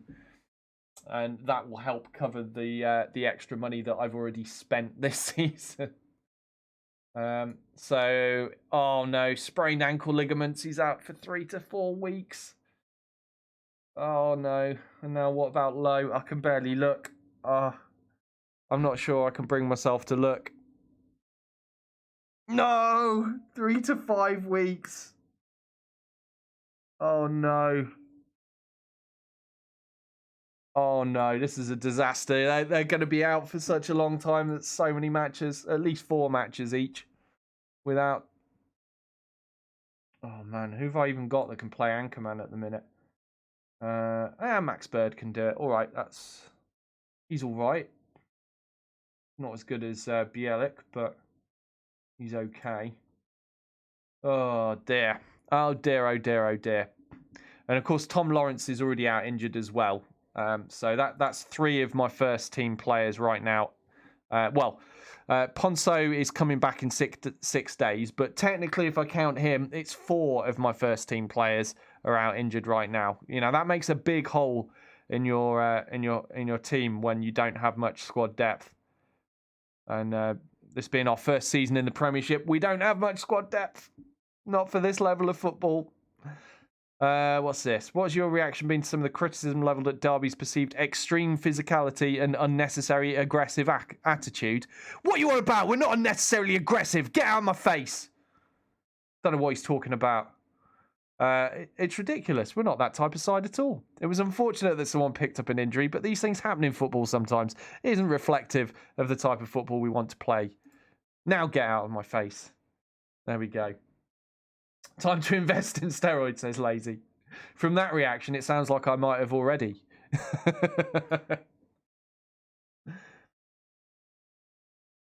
Carnage says, yeah, love F1. Too bad it's been a crap show for the last 10 years. Yeah. One of my brothers still watches it. But I kind of drifted away from it quite some time ago. They made it quite dull, didn't they, in the end, sadly. But the game, Motorsport Manager itself, that was fun.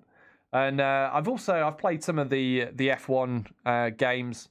The ones where you actually race as the car driver. I can't remember the names of the titles now. When was the last one I bought? Was that 2016 or 2017? It was a while ago now, but yeah, I played some of those. I quite enjoy them from time to time. Played some of them with my mates. Have a good laugh doing that. And yeah, so basically the computer games of Formula One are more fun than the real life of it for me at the moment. To be honest, I could say the same thing about football though. Derby in real life right now, not very enjoyable to watch. Not very enjoyable to follow, but I like Football Manager. Great game. Been playing these games for many years. And I was even considering buying this year's FIFA title, but I haven't yet. I've managed to resist parting with my money and giving anything to EA at the moment.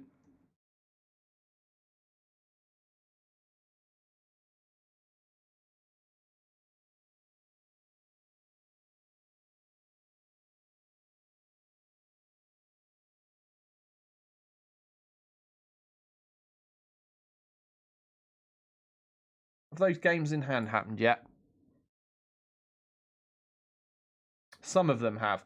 Okay, so Everton have still got a game in hand over us. And it looks like that has to be against Wolves. I would expect Everton to beat Wolves here. So that would put them in 6th, and we'd be dropping to 7th. But we're still within reach of 5th or 6th. This is my realistic target. This is my more realistic target. Let's say it's still quite unrealistic to aim for 5th or 6th in my first season, but they're the positions I'm aiming for. So I can get in the Euro Cup. What would be absolutely amazing would be a top 4 finish to get straight into the Champions League. See if we can pull a bit of a Brian Clough off, but I doubt we're going to do that. I'm not even a fraction of the manager that Brian Clough was. Not even on a computer game.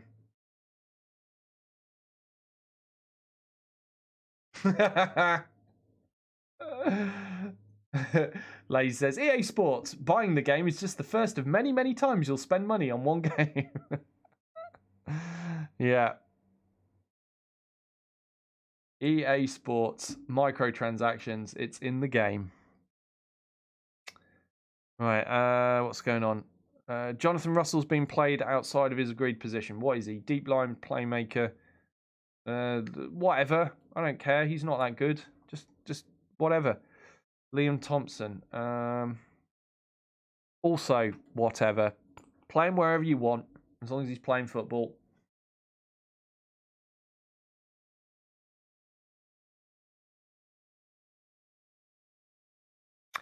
Under 23s lost against Burnley under 23s, but Mason Bennett scored a goal and played an 8.2. He's done well there. Got man of the match as well. 24 years old, still not really close enough to his potential, but he's not getting enough first team football. Have you seen his picture though? I mean, I don't mean to pick on him, but this man does not look 24. I think it's the forehead wrinkles and the bags under his eyes. He must have been out on a bender. A translation for the Americans. Must have been out drinking far too much all night the day before this picture was taken, because he looks old as time in this. And he's only, at the time of the photo, he must have been like 22, 23. Unreal. He's not aging well, bless him.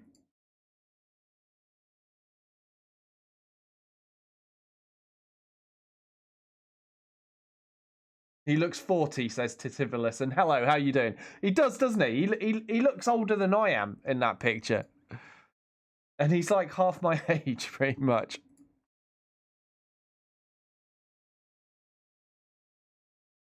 Catch says he looks like the kind of guy that hits high school girls. I'm not sure I could say that. He allegedly looks like... Does that work? Will that get us off the hook there, Catch? Quick, somebody ask a lawyer. We said allegedly, that makes it fine, right? Oh, dear. Yeah. Carnage says... Oh, hold on. Before I get to that. Oh, I'm way behind. Torthak, thank you very much for the follow. Really appreciate that. Very good of you. Where were we? Tired of these free-to-play games with all those microtransactions? Don't worry, EA has you covered. Pay full price for a AAA title and then get even more microtransactions than those free games. True sign of quality. Yeah, lazy, speaking some truth there, unfortunately. Right, now I'm on to Carnage. He says, I used to be a huge Madden fan. Just can't support the company anymore, to be honest. I can't understand... I can understand... wanted to get the most out of developing a game, but they've gone a bit overboard in my opinion. Yeah, I never managed to get into Madden games personally. I used to play the hockey games. I really liked those. I had a lot of fun playing those, but the Madden ones were always a bit over my head, to be honest. I obviously being British, I've never played American football. I know nothing about it. When I was in primary school, so God, how old would I be? Like about 8 or 9 years old. Around then, there were a couple of my friends that were into American football because one of them had a dad who was an American pilot. They were into American football, but I never really got into it. Wasn't really my thing. So one of them, I remember, really liked the Miami Dolphins, and the other one, I think it was the Raiders, something like that. They wore black and grey, I think.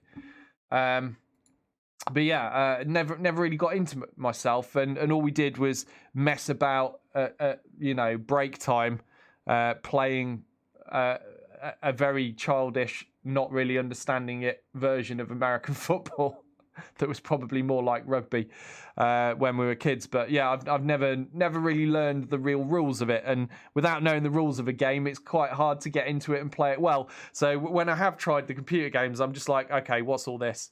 What's all this? Why are we stopping all the time? What's? I don't know what formation to pick. I've no idea. What are these plays? I don't know. Just leave me alone. And I end up just kind of running around with dudes. Like, okay, yeah, where should I run? Where should I go? Yeah, so I've never really grasped it. But I imagine you guys have a similar thing with football or soccer, whatever you call it. Unfortunately, not my thing. But I wish I did understand more about it. But I think I couldn't ever watch it. That's the trouble. I couldn't watch American football in real life because there are too many stoppages and advert breaks. It bores me to tears. Honestly, I don't know how you guys do it. No, I'm not trying to offend your national sport here. I'm just saying I don't know how you sit through all the stoppages and advert breaks and keep your sanity. I can't handle that.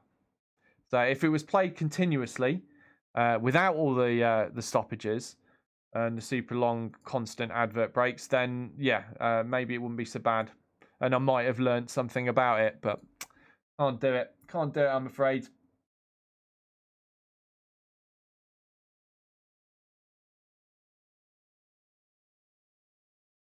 Catch says yes. Allegedly works like, with all due respect, is a get out of jail free card.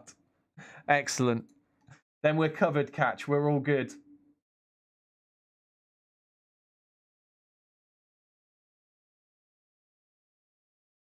Carnage says, I'm the same with your football. All I know is Manchester United. Oh, I'm sorry to hear that, Carnage. If that's all you know, it's a sad state of affairs.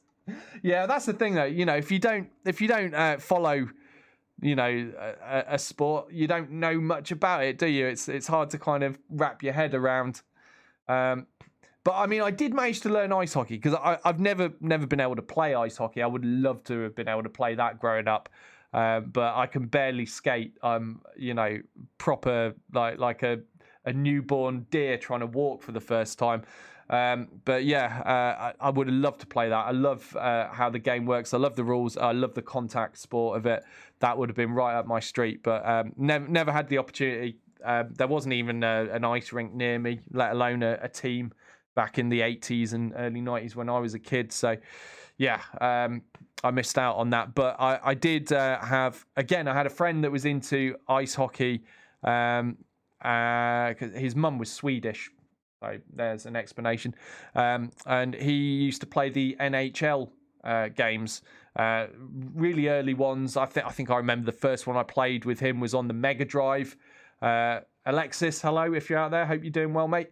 But yeah, he got me into ice hockey on his Mega Drive, playing that with him, and it kind of stuck with me. And I gradually learned the rules of ice hockey by playing the NHL games on various platforms. So yeah, but it's been a few years since I had the last one. Again, I think was the last one I had. That might have been 2016 or 2017, maybe even further ago. So yeah, it's been a while since I've played one of those as well, but I do like it.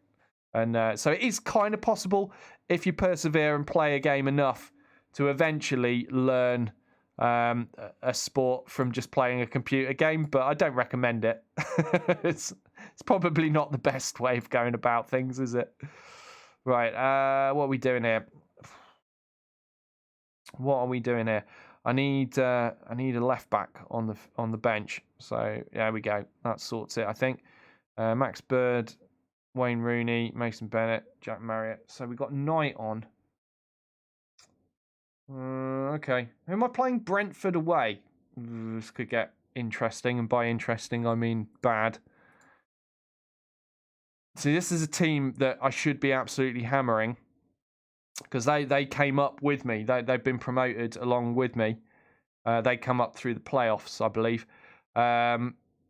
So this is a team I should be beating. I would hope to beat them away as well. But with this many injuries, I'm a little bit worried. Oh, Ponso. He's recovered. He's not completely... Do you know what? I'm going to have him on the bench. Sorry, Rooney. You can go man the sausage roll stand, mate. You'll be all right there, right? Lawrence could play 75 minutes. Do you know what? I'm going to stick him on the bench as well. I might be able to bring them on. Because that will seriously strengthen the side if I manage to bring them on. Even if it's just for the second half. All right, let's go. Let's go. I really, really could do with winning this game now. Get some more points on the board. Torthak says, no problem, I've been watching your vids of Battletech and Breakpoint and having to play both. Oh, awesome. And welcome, and thank you very much. I'm glad. I'm always happy to see people that come in that have been following the YouTube channel. It's a bit of an eclectic mix on there, but I am attempting to be a variety streamer, although I do play a lot more Battletech than most. Oh, that was a bit scary early on. 4 minutes in, and already we're having a bit of a scramble around our goal mouth. Gonna have to go for a demand more. Get rid of this. Get rid of this. Charge him down. Okay, seems that highlight's over. What's going on there? Okay, we'll just skip that. I don't know what that highlight was for. Was that maybe they were checking to see if the ball had crossed the line and determined that the ball didn't cross the line? The weird highlight, though.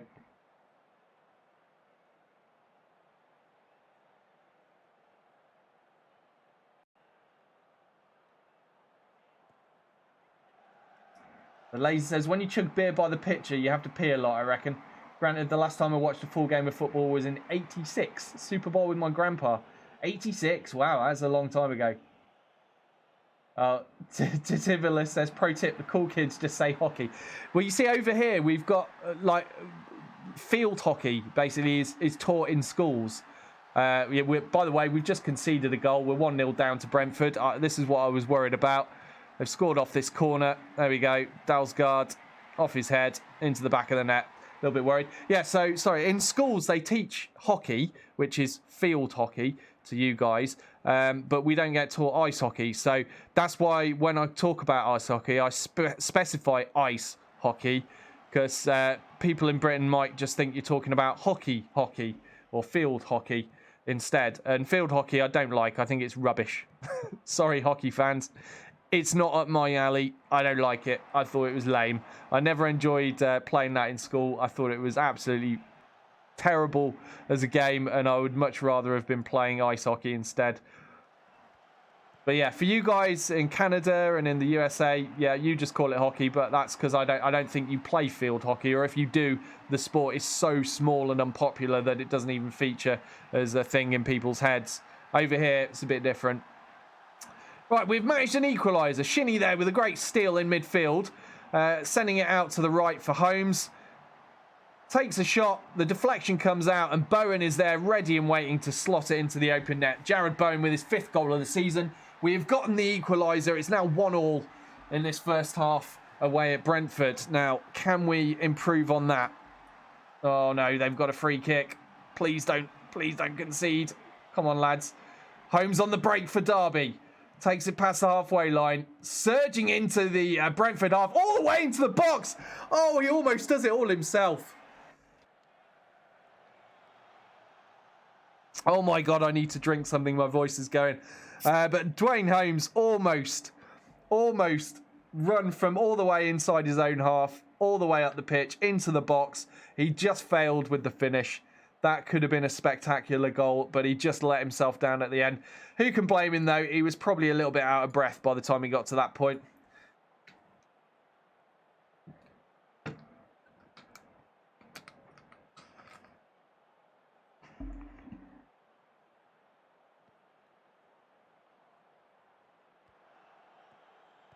Pinnock for Brentford with a poor ball there. Looked like he played it to himself. In fact, he did manage to play it to himself because that slide tackle got it to a teammate somehow. But Okoroji picks the ball up for Derby. Raya with the goal kick. It's a terrible goal kick. Straight to Jansen. And now Jensen. They got Jansen and Jensen at Brentford. But Bogle picks the ball up. Plays it out wide to Bowen. What's Bowen going to do with this now? He surges into the box. He gets tackled by Jansen, but Okoroji's there to pick up the loose ball. Puts it across to the head of Knight. Off the bar! Sorry, off the post. And then Holmes slots it into the open net, making up for his earlier miss. And that is 2-1 to Derby now. Bowen getting tackled. That ball, unfortunately for Brentford, came loose to Okoroji, who took it past his man, putting a great cross for Knight. That header coming off the post, I thought was a bit disappointing. I thought Knight could have done better there, but luckily for him, Holmes was there to pick up on the rebound and slot it home for Derby. And we've got another injury. Another injury. Okoroji. He's picked up a bruised shin, potentially. Let's take him off. We've got Malone on the bench. Right, 55 minutes played. I don't think I want to bring on Ponso or Lawrence just yet. We'll give it a bit longer. It's a bit early for making those substitutions. Although, I mean, it did say Lawrence could handle 75 minutes of football, but Holmes has just scored a goal and he had a good run. He's playing 7.6. That's the best rating on my side right now, so I would feel a little bit bad about taking him off. So I'm going to leave him on. Who was the other one on the bench? Ponso. Yeah, okay. Might bring him on at the 69th minute, maybe. We'll see how we're getting on anyway. Corner coming in for Brentford. Headed out of the box by Derby defence, but it's put almost straight back in. Watkins now for Brentford. Taken down by Bogle. Gets away without picking up a card. That looked kind of card-worthy. Oh, Watkins there on the volley from that free kick that he earned for his team. But Raya saves. Okay, 65th minute now. Keogh with the throw-in, looking for Bogle. Catroni is on the ball now. Good man, get in the box. Oh, not a bad effort, but saved by the keeper. That will be a Derby corner, though. Catroni doesn't... I don't feel like he's scored in a little while. I wonder if it's changing to the pressing forward role. Perhaps I should put him back on poacher. Malone to Sinisi. Now Shinnie. Bogle in the box, room for a shot. Oh, he snuck it under the keeper. How has he failed to save that? Balcombe really should have done better there. And Jayden Bogle scores his 3rd goal of the season. What a cheeky goal that was as well.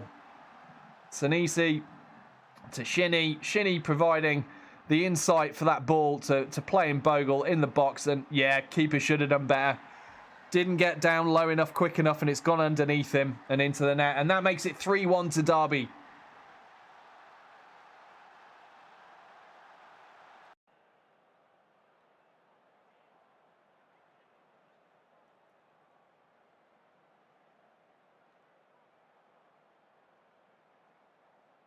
Oh, so you do have field hockey in America, they said, but yeah, the default is ice hockey. Field hockey is even less popular. Yeah, so I mean, for you guys, you'll call field hockey, and ice hockey just hockey. I could probably get away with that here, I guess. But I just assume that if I just say hockey, people will default to field hockey because it's the one we play in school, whereas ice hockey we don't. Right, full time. And we won 3-1. Excellent result there. As I said, that was a fixture I was hoping we would win.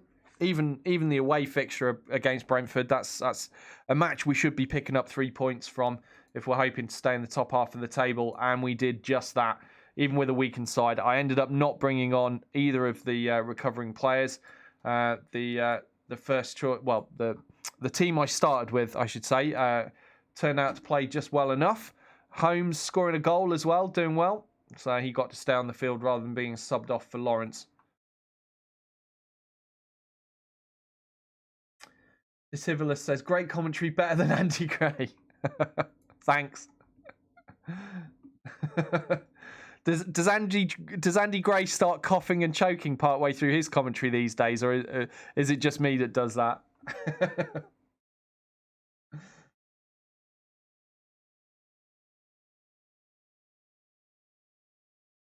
Right.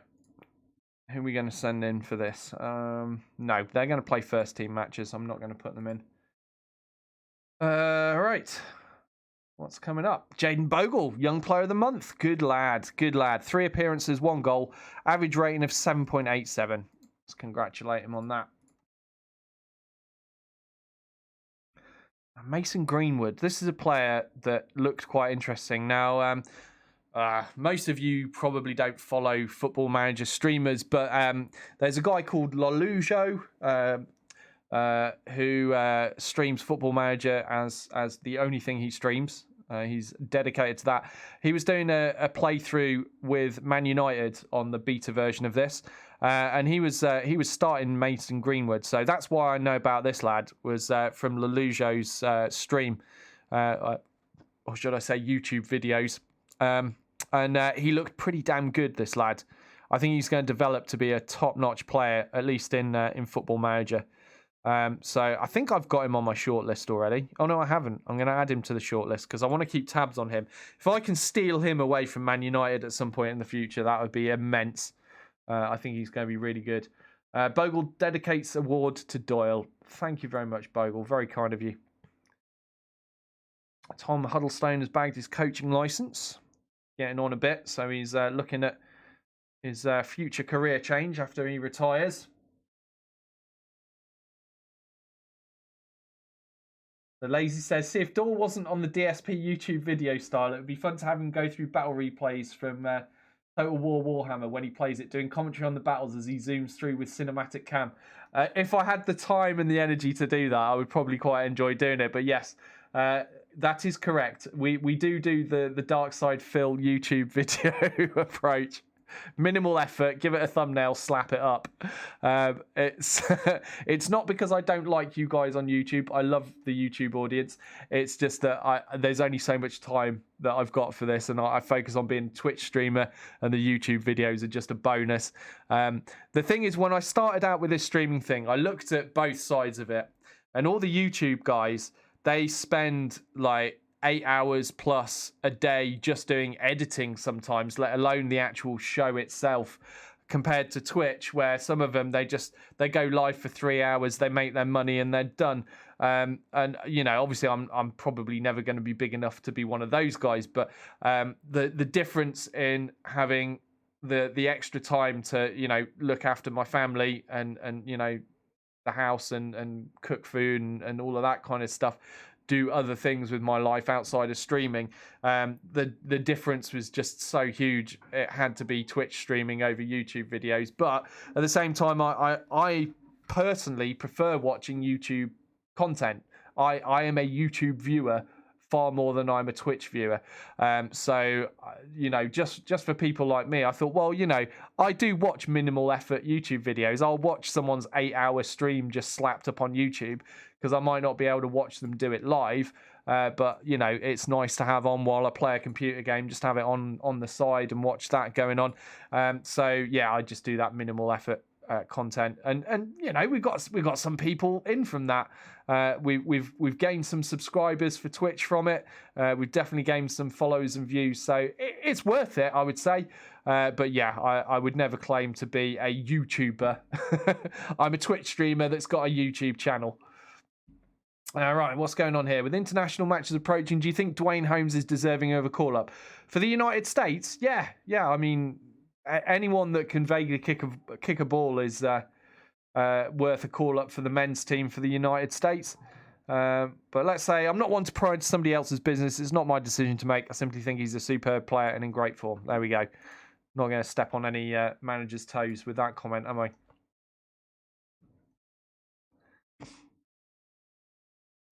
I don't think he's good enough to play for the American women's team, though. He wouldn't get in that team. Your women's team's better than your men's team. That is fact. No worries, Catch. See you after lunch, mate. Little Ray, hello. Nice to see you. Welcome to the channel. He's asking what my transfers were. So you missed that. I was showing that off at the start of the stream. I'll just very quickly show you. I don't want to dwell on this for too long, but I brought in Patrick Catroni as a striker, 27.5 mil. That's him there. Julian Ponceau, 19-year-old French midfielder, brought him in for 5.75 mil. David Raya at Brentford, brought him in from Brentford as a goalkeeper for Derby. 25-year-old Spaniard. He was brought in for 8 mil. I brought in Jared Bowen, who's turned out to be an absolutely fantastic inside forward here. Jared Bowen came to the club for 9.5 mil. And I brought in Marcos Senesi. He's a centre-back, Argentinian, 23 years old, ball-playing defender, 9.25 mil. So they were all my main transfers. All these free ones you're seeing here, they were just done by the AI, just bringing in players for my youth team and that. I just left them in charge of that. Others you might have missed, I brought in... where are they? Oh, they're not there. No. Oh, no, there. Sorry, Chima Okoroji. I brought him in on a free. And Yon Cardinal also, I brought him in on a free, but the rest were done by the AI. So that's all my transfers. Hopefully that fills you in. Little Ray, thank you very much for the follow. Really appreciate that. Thanks so much. So yeah, we're doing all right. Doing pretty well. We've got 5th place in the league table, 11 games played. Everton still got a game in hand over us against Wolves. Could go ahead, but we would still be in 6th place even after that. Ahead of Liverpool, would you believe, who recently beat us. So not bad for a first season. Not quite Brian Clough worthy yet, but we're going to do all right. If we finish in the top half, I'll be very happy with that. If we finish in a position for the Euros, I'll be over the moon.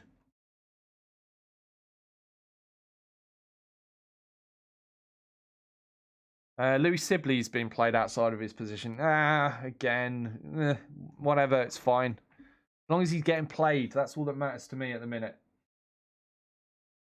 Hey, Lucky. Is that Lockie? How you doing, Lockie? Good to see you.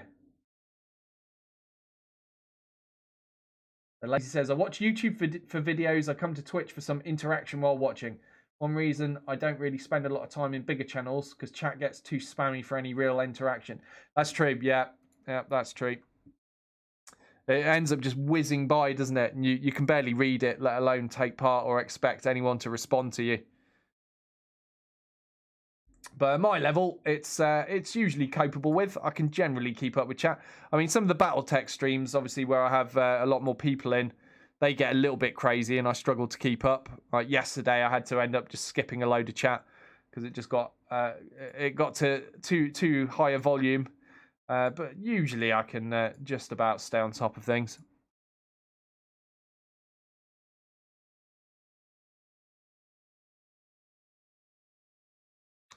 Okay.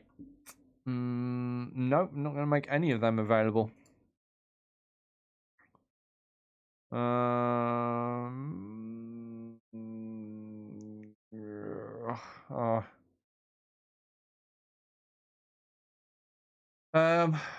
Oh, my next match is in 16 days. Oh, crikey. In that case, I will make these guys available.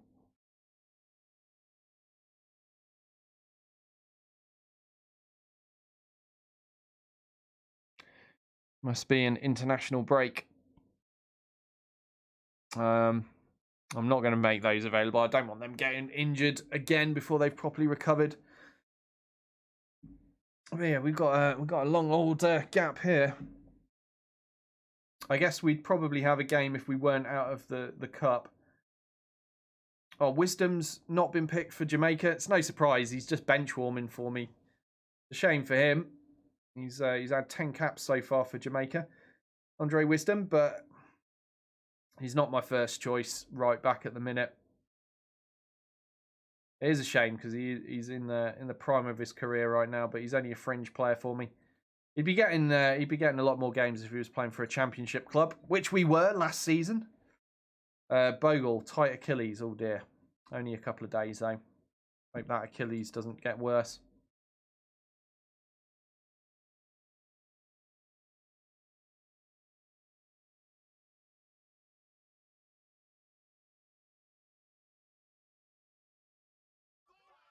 We have got a long old wait here. Lost Champ, thank you very much for the follow. Really appreciate that. How are you doing today? Are you playing Football Manager and what's your team? I'm just trying to spark up a conversation at the moment because I've got 16 days before my next match. So I need something to fill the time while I just keep hitting continue for a little bit. So we already know Catch was playing as Oldham. Interesting choice of club. I can't remember why he chose Oldham now. I think he had a reason, but Catch is from the United States. It was a surprising choice. Maybe he just picked them because he liked the kit. Who knows?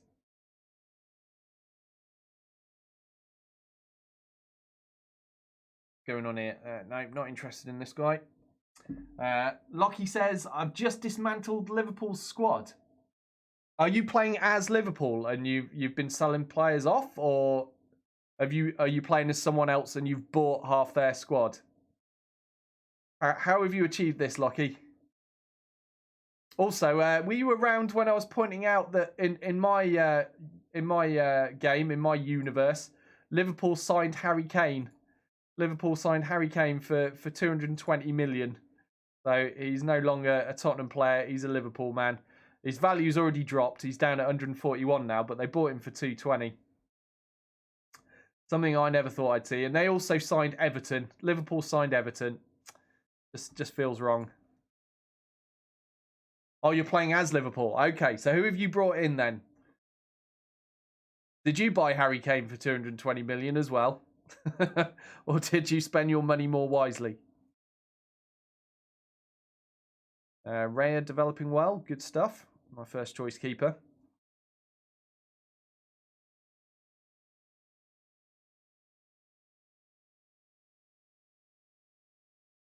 He says, hell no. Yeah, I wouldn't have spent that much on Harry Kane personally. If I could have, I would have kept Salah and Mane, but they sold both of those off to Real Madrid in this game. 125 mil for Salah and 124 mil for Mane. Made themselves a few pennies there, Liverpool. So, Little Ray says, think I'm going to do a Derby County save as well. Only going to go after bargains, though. Love my free agents. Yeah, definitely a way I favour playing as well. I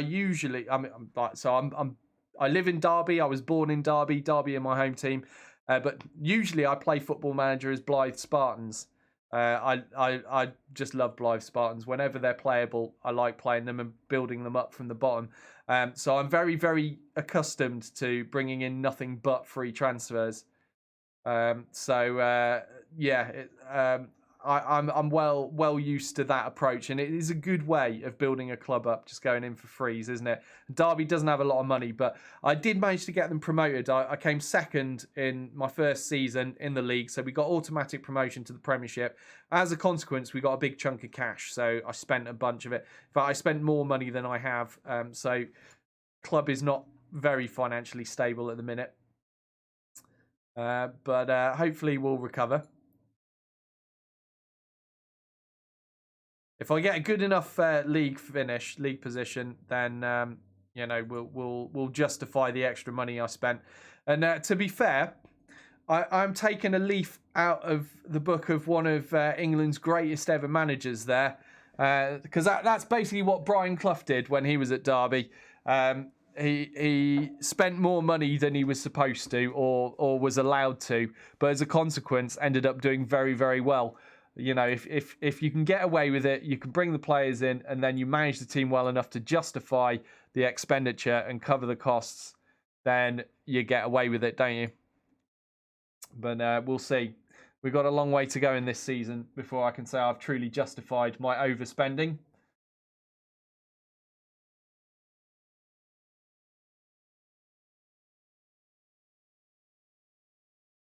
So lucky for Liverpool has brought in Haaland, Bellingham, Max Aarons, and a few wonder kids. Nice. Sounds good. Lost Champ says, I'm AFG in Denmark. Nice to see you playing as Derby, the team I support. Ah, nice one. Thank you, Lost Champ. And hello to Denmark. Did you know, Lost Champ from Denmark, are you actually Danish, or are you just living in Denmark? He says, I only want to be... Little Ray says, I only want to be Derby because of Rooney. Yeah, I've got some bad news for you, Little Ray. Rooney's not all that. He was a little bit of a disappointment for me. 50k a week, and he's been constantly getting injured and not been all that great. But, you know, it's nice to have such a high-profile name at Derby. We've not had one in a long time like this, but shame he's past it. He's over the hill.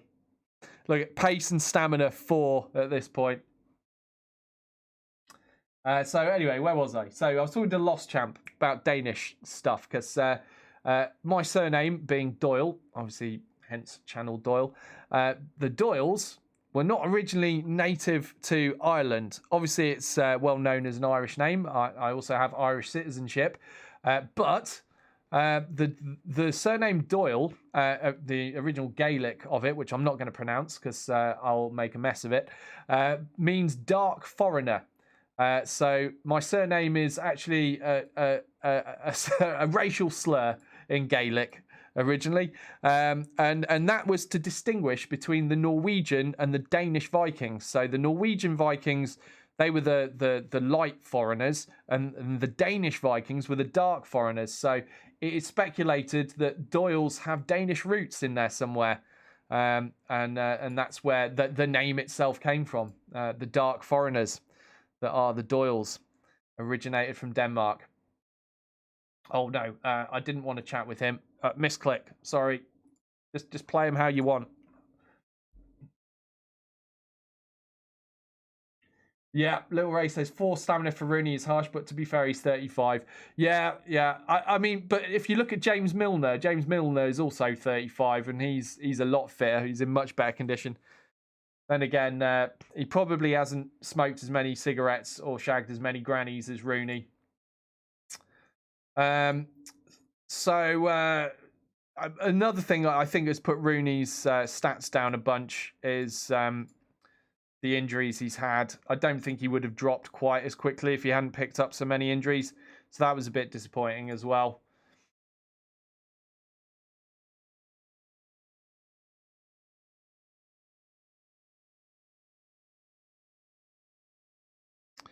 Okay, 6 days away from our next match, and it will be against Everton. Just having to put all of my first team pretty much available for under 23s at the minute, just to make sure they keep their match fitness up during this period. So I don't really have many internationals, so they're not really playing any football. 16 days of virtually no football is not a good idea for a professional, so we've got to keep their fitness up. having played for the reserves instead. Some of them are just coming back from injury as well, so they need to get fitness up.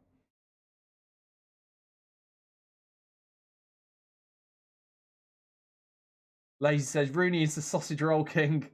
I claim there's always a sausage roll vendor by the bench waiting for him. Fact. Absolute fact. Oh, Lost Champ says, sorry, AFG is the team I'm using on the game. I'm Derby born and bred. Oh, local. Nice. Are you living in or around Derby as well? I'm just on the outskirts myself, on the edge. But still counted as living in the city. You may notice my accent doesn't sound very local, but that's I was born here, but I've lived in a whole bunch of different places. I spent 10 years living down in Essex as well, so my accent got a little bit ruined. I don't sound like a local. I can say duck though. It just feels wrong when I do. And it would confuse my American audience as well. They'd be like, "What's he on about? Why is he calling everyone duck? This makes no sense. We're not birds." Sorry, local Derby joke there. Lazy says, my self-insertion into Doyle's FM2020 game is that I'll be the sausage roll vendor. Rooney's helping me save up for retirement all by himself. Well, he's earning 50k a week, Lazy. He can afford a lot of sausage rolls on that. You might be able to retire sooner than you thought. Little Ray says, is Richard Keogh injured in game as he is in real life? No, actually. So that was quite significant because I was wondering that when I started this up. I was like, oh, is he going to have the car crash injury? Oh, I could really do without that. But no, at least in the beta anyway, he didn't start injured. Now, when they do the full release, they might actually fix that. They might actually make him start injured. I don't know. We'll have to wait and see, won't we? But at least for the beta, he was uninjured. I mean, he's a bit past it now. So I'm in season number 2, and he's well, I've got some players that aren't first teamers in at the moment that were due to injuries. But out of my first team, he is the lowest star rating. He's the weakest player in the side now. 34 years old. I will be looking to get rid of him and buy someone much better next season to replace him with. So, you know, you've only got to really worry about him for a season, I would say, before you're going to want to move him on anyway. At least, if you get yourself promoted to the Prem in a season, I would say that. But yeah, it wouldn't surprise me if they start him injured for the full release of the game, though. And that'll be a massive pain in the butt because Derby would be really lacking. What's going on here? What's going on here? I've just criticised Rooney in training because he's doing rubbish. He's like, oh, I don't agree with that. What? Like, shut up, Rooney. I'm the boss here. I feel your standards are too low, Rooney. I could ask more of myself, sure, but I don't think the criticism was warranted. Oh, grow up, you snowflake. Grow up. I guess we'll have to agree to disagree then. Leave it at that. I can't be asked getting into an argument with Rooney. Be like arguing with a sack of potatoes. Right. Jared Bowen's training very well. Good lad. Show that Rooney how it's done.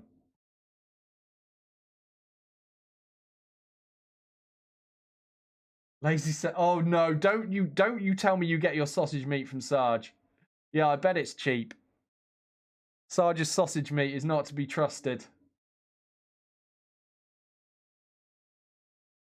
Little Ray says, I've heard one-on-ones are useless and it's mostly long shots that go in. Okay, I would say I've definitely seen more long shots go in than I would say have happened on previous versions. So that probably true. One-on-ones though, I have seen some one-on-ones scored. So that's tough for me to judge so far. You might be right. I'm not sure though.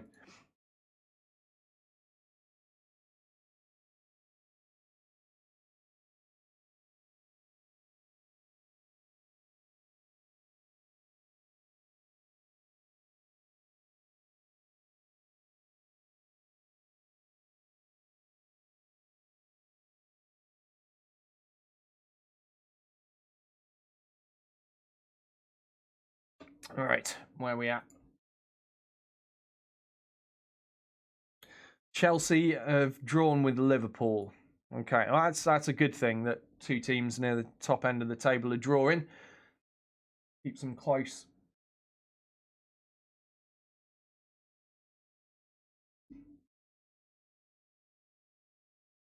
Oh, you're in Allenton, nice. Do I get to many games? No, not these days. I've got a newborn. I actually I used to go to a few when I worked for the club. I used to work for the club a few years back. I used to do season tickets and stadium tours at Derby County. Yeah, and I still looked like this. I had the long hair and everything. I used to speak to sometimes you'd be talking to old dears on the phone, arranging a stadium tour for their husband and the grandkids and that. And they'd build up a certain impression of me from my voice on the phone. And then when they arrive at the stadium to meet me for the tour, they'd be like, "Oh, are you?" Yeah, it's me. Hello, how you doing? So yeah, my appearance used to surprise them a bit, but yeah, I never had any problems with people though. Once they realise you're the right person and that you look a bit different to what they're expecting, you start talking. You take them through the history of the club and stuff like that. And it all goes fine. I used to enjoy that job. It was good fun.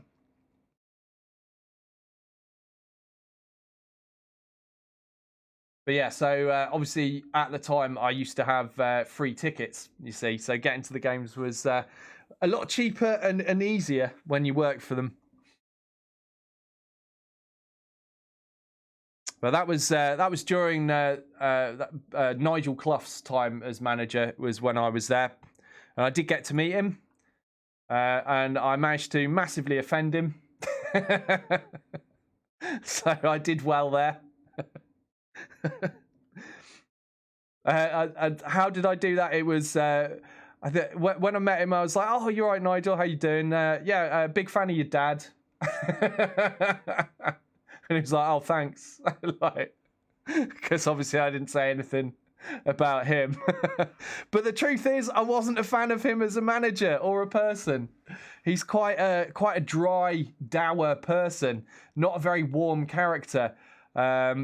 And I would have gotten on with the supreme arrogance and full of himselfness of Brian Clough over his son Nigel, who's just kind of a bit more. He's a little bit cardboard as a personality, bless him. But yeah, so I managed to offend him, which I carry as a badge of honour, because his management of Derby offended me. Let's put it that way. What's going on here? Have you found any of Marco Silva's recent comments about what he perceives to be your current overachievement patronising at all? No, we're doing well. We're way over our expectations at the minute.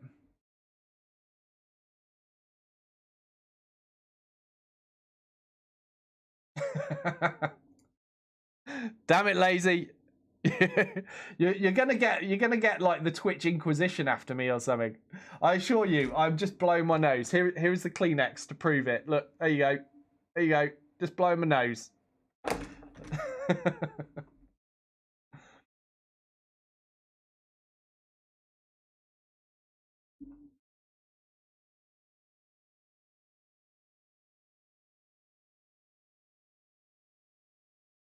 Hey Nexus, how you doing? Good to see you.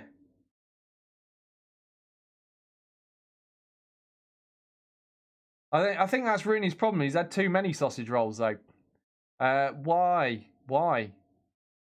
Oh, Irish Player of the Year. That makes more sense. I was like, why would Richie Keogh be Player of the Year? He's not been doing that great for me. But yeah, Irish Player of the Year, different matter. He's possibly one of the highest profile Irish players now we're in the Premiership at the moment. In this game, not in real life.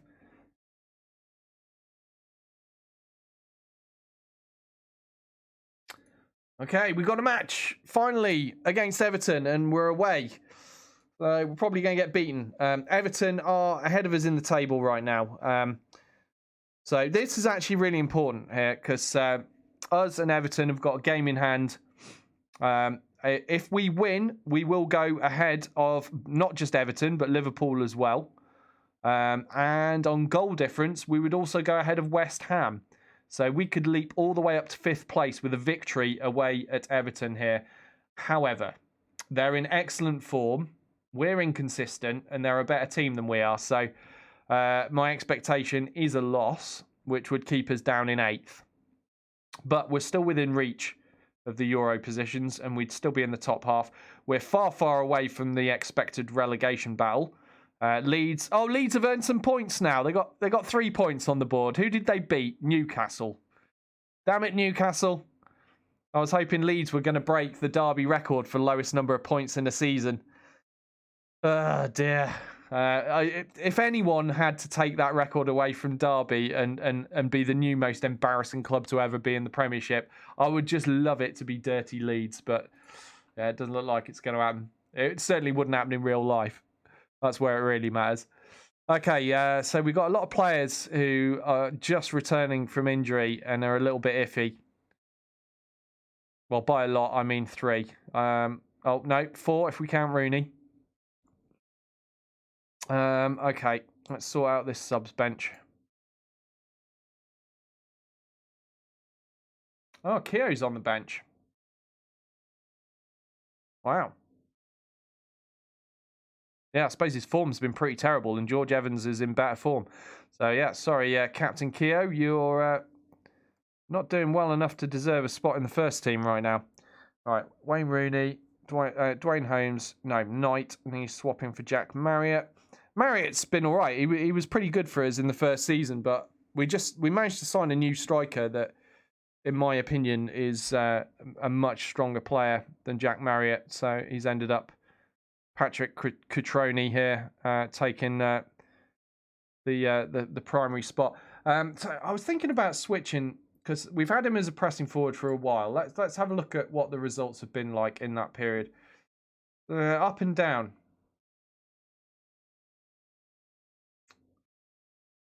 Up and down. It's hard to say anything much about that, actually. It might be working fine because we expected to lose against Liverpool. We were playing West Ham away. We lost that. We did beat Villa and we did beat Brentford, both teams we expect to beat. The thing is, though, I don't think Cutrone was actually scoring goals. No, he's not scoring goals, is he? Oh, he got one there against West Ham. Do you know what? I might switch him back to poacher. Yeah, I'm going to switch him back to poacher for now because he was scoring more goals as a poacher, and he's just as capable at that. So we'll go with that. That's the lineup I want, I believe. Yep. Good. Right, let's get on with this game. Hey Tomo, how you doing? Welcome to the stream. He's asking what season I'm in. I'm in season number 2. So we came second in the league in our first season with Derby, won promotion automatically, and now we're in the Premiership in season number 2, and we're doing pretty well, if I do say so myself. Quite high up the table. We've only just dropped outside of the Euro positions for the first time. If we win this game, we will stay in them. If we lose this game, as I expect, we will probably lose it, then we'll be in 8th position in the league, which isn't too bad for our first season. So we've spent most of our time in 5th place this season.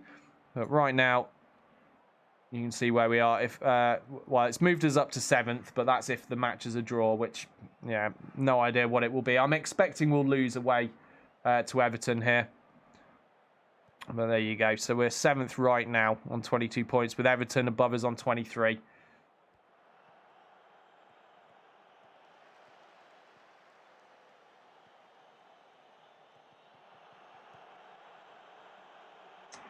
Lost Champ says, yeah, Nigel was not the best. What's Bogle like on the game this year?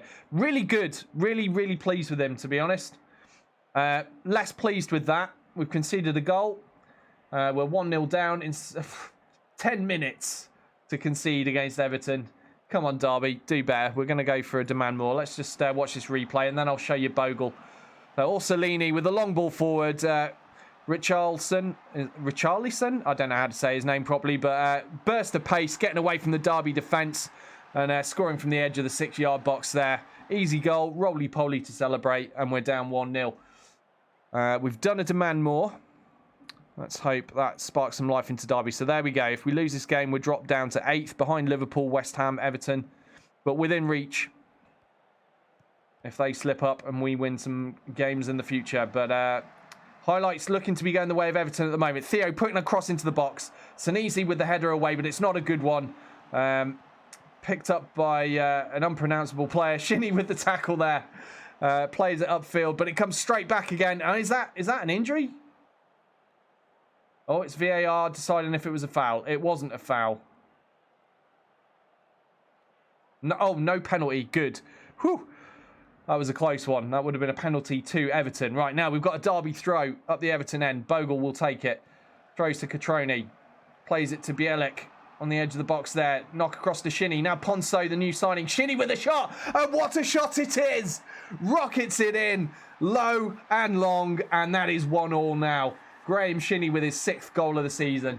And what a nice setup there. Catroni part of that. Bielik controlling it well on the edge of the box, looking for a man to play it through, gets it to Shinnie. Ponso 1-2s it with Shinnie, and Shinnie bangs it in. What a goal. Beautiful stuff from Derby there. Right, let's try to show you Bogle before we skip on. There we go. Loads of potential on Jayden Bogle. Great stats. Playing him as a full-back position, but wing-back style, and he's been doing really well. One of my best players. Very, very pleased with Jayden Bogle on this version of the game. Shinnie again on the ball, this time playing it out left to Lowe. Lowe just inside the box, looks to go all the way himself, but takes a greedy man shot and puts it wide of the bar, wide of the post. What is wrong with my brain today? I keep calling the post the bar. Maybe it's a sign. Being a new father, I've not had a drink in quite a while. I could do with going to a bar, so maybe I've got bars on the brain. Lawrence now picking the ball up deep in the Derby half. Gets tackled. Oh no, this could be bad news for Derby. Cross comes in. Adelaide picks it up unmarked, and in the back of the net it goes. It's now 2-1 to Everton.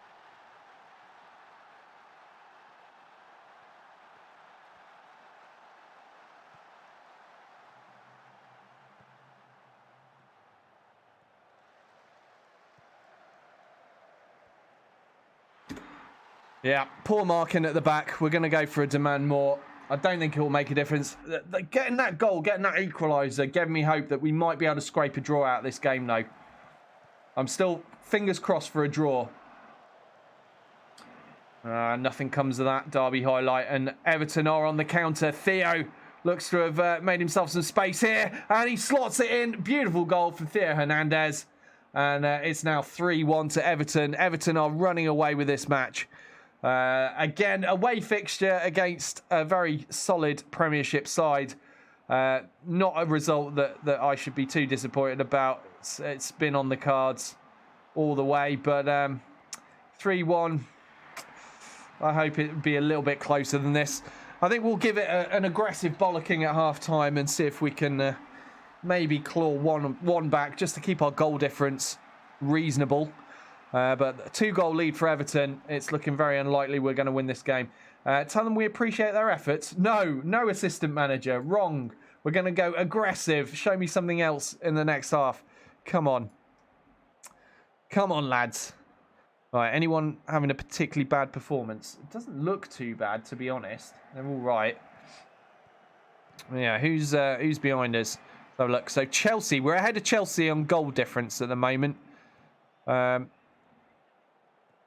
feels good, to be honest. Frank Lampard obviously spent a season managing Derby. Did very well. Just failed at the last to make it into the Premiership. And then, of course, he's now managing Chelsea in real life. So, got to say, feels good that the very next season, Derby are in the Premiership and above Frank Lampard's side. I hope that lasts. I doubt it will, but we'll enjoy it while it's there. Sigurdsson in the box. Great shot from him. Good move, good play by Everton. Nice short passes to result in that shot opportunity. And an absolute rocket from Sigurdsson. So Gomez to Rene Adelaide there. Bernard Sigurdsson dummies his man nicely. Slots it in. Beautiful goal from Everton. And yeah, all hope is lost at this point. I don't think Derby are going to recover from this. Is it worth making any substitutions? So we've got Evans on a 6.2. I think we are going to take him off. So Keogh will come on for Evans. Senesi on a 6.4. Bogle 6.4. Oh, God, that's all awful, isn't it? My midfielders are actually doing okay, so I'm not going to bring Rooney on. Jared Bowen a 6.5. Oh, man. Yeah, we'll just bring Keogh on for now. Get the captain on, see if he can motivate. Maybe just a goal out of the side. We're losing our well, we had a healthy goal difference before this fixture. That's now going to be dropped by 3.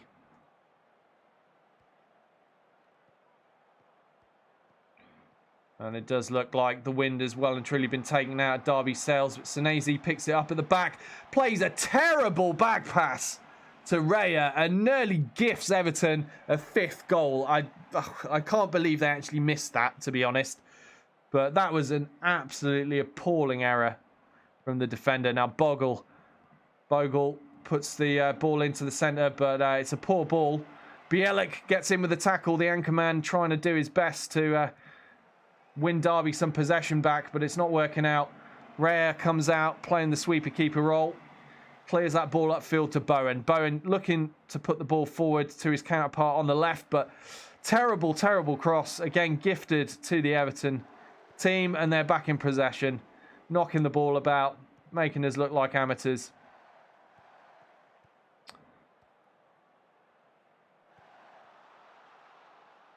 In comes the cross. Sigurdsson's head over the bar. And Derby get another reprieve, temporary though it may be. Let's demand more. Holgate to Gomez. Richarlison. No idea how to say his name. Iwobi. Oh, good save by Raya there. I mean, Everton could easily be on 6 goals by this point. Easily. They do win a corner. Sigurdsson takes it. Headed away by Ponso. He's going to get to that ball first. He's searching up the field. He's still got some legs left on him, the 19-year-old Frenchman. But Keane takes the ball away from him like taking candy from a baby. Well, he is a young'un, but he should have done better there. Bogle in with a great tackle. Can't quite keep it from going out for a corner, though. Everton apparently do nothing spectacular with that corner because we get no highlight from it. Bielik, I'm going to have to take off. He's down to 62. Who've I got? Oh, man, options are slim here. Going to have to be Shinnie. And then Rooney, I think.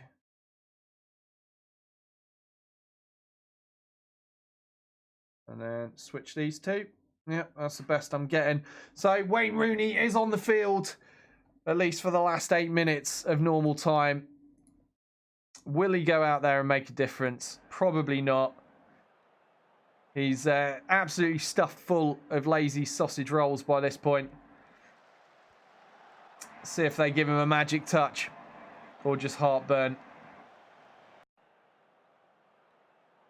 Well, let alone heartburn, it's definitely going to be heartache here for Derby as they lose 4-1 to Everton. That is an embarrassing result there, but not unexpected. I expected to lose. Didn't really expect to lose by that much, though. Shots-wise, only two fewer shots than them. Both teams put 6 on target, which is pretty appalling. But unfortunately, they made much more use out of their opportunities than we did. And the result says it all, 4-1 to Everton. We should not hold back and just let the team hear how poor they were out there. Yep, aggressive bollockings all round. Severely reduced pay for all. Toffees get the better of Derby. Yes, they do. We got fined as well. Oh, God. I'm getting flashbacks to Blythe Spartans here. We used to pick up fines all the time with them. But we've just been fined 25k for failing to control our players. We picked up 6 yellow cards. Did well for no one to get a red there. Oh dear. Hey Tasku, how you doing? Good to see you. Things were going great, but not so much now. We just lost to Everton and we got fined 25k. So where's that leave us in the table now? So we are definitely still 8th, ahead of Chelsea on goal difference, but our +9 has now been reduced to a +6. Goal difference. Look at Man U. What's going on there? What is going on at Man United this season? 36 points, 12 wins out of 12 games, goal difference of +36. This this this is unreal. Quite literally unreal. I wonder, is it this Mason Greenwood? He scored 8. Martial scored 10. Rashford scored 9. And then we've got Pogba and Savic on 7 each. Yeah, I mean, clearly Man United have got a severe case of goal diarrhea at the moment. They can't stop scoring. All right, Shinny has accepted his fine. He's got a yellow card ban, so he's out for the next game. Who have we got next? Who is it? Watford. Okay. Now, Watford, they knocked us out of the cup when we played them away. It was only 1-0, and we'll be playing them at home in the league. So I'm going to stick my neck out and say this is a game we should be winning.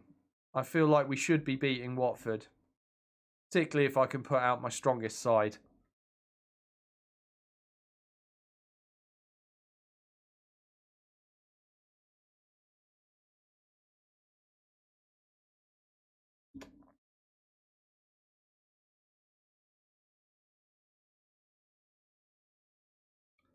Okay.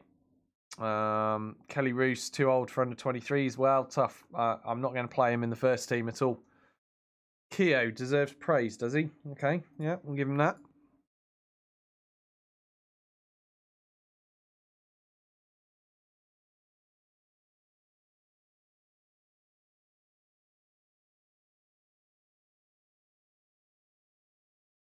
Oh, really? Wow. Yeah, that sucks, Garrison.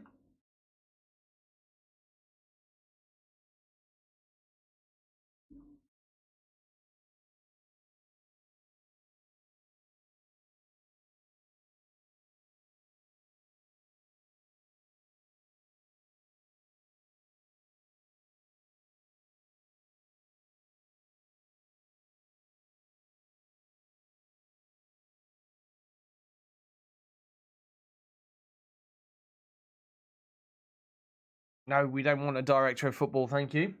So I'm just trying to catch up on their chat here. Yeah, I'm sorry to hear you're having a rough one with that, Garrison.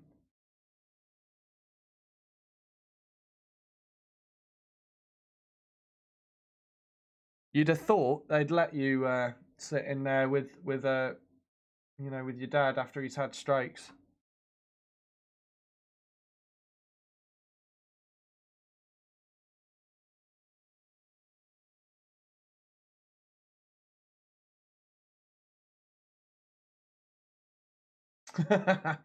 Pascu says there's a series on Netflix now about Diego Maradona coaching a team in Mexico. Should I watch it? I haven't seen that, Tasku. I've not seen that. I mean, Diego Maradona is absolutely mental, though, isn't he? He's a few bricks short of a barrel load. It would probably end up being entertaining. I'd give it a try. I'd give it a try. What's the worst that can happen? But yeah, he's a crazy, crazy man.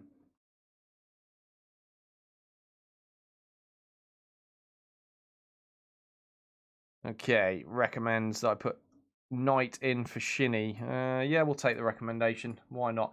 Oh, Derby are comfortable favourites against Watford. Oh, that's nice to hear. I'll make a change. Right, I've got to sort my subs bench out again, though, because when you use the automatic selection thingamajiggery bob, it never gives you a sensible subs bench. So, right, there we go. Central defender, left back, right back, some kind of midfielder, some kind of inside forward, and a striker. And, of course, a goalkeeper.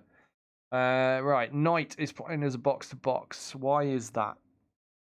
Why is that? Could Huddlestone play there?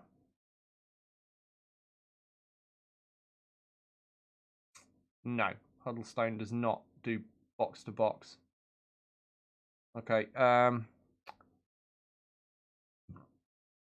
all right, I'm happy with that. That'll do. All right, so Watford are down in 14th. I've just noticed we've got Tottenham after Watford. Going to be a little bit challenging, isn't it? Senesi is more suited to being a libero than a ball-playing defender. Well, he plays fine as a ball-playing defender. I don't want to make him a libero because he'll be wandering off all over the place. I want him actually defending, not going for walkies. Thank you. I don't mind the libero role if I've got, 2 other central defenders, and it's not so bad. You could use a libero instead of a defensive midfielder. But we ain't got that, so we're not going to do it. Oh, is it worth criticising Rooney? Right, it's not worth it. It's not worth it. We've already discovered.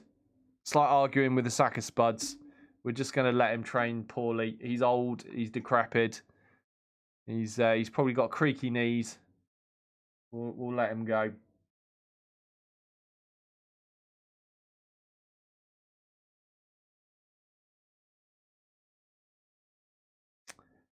Okay. Daniel James, Welsh Footballer of the Year. Not so good as an inside forward, so no, not interested in him. As if I'd be able to prize him away from Manchester United anyhow. Right, Jayden Bogle, remarkable improvements in training. Good lad, good lad. He's definitely the best player on my team at the moment. And I like that because I'm a big believer in having very, very strong wing backs.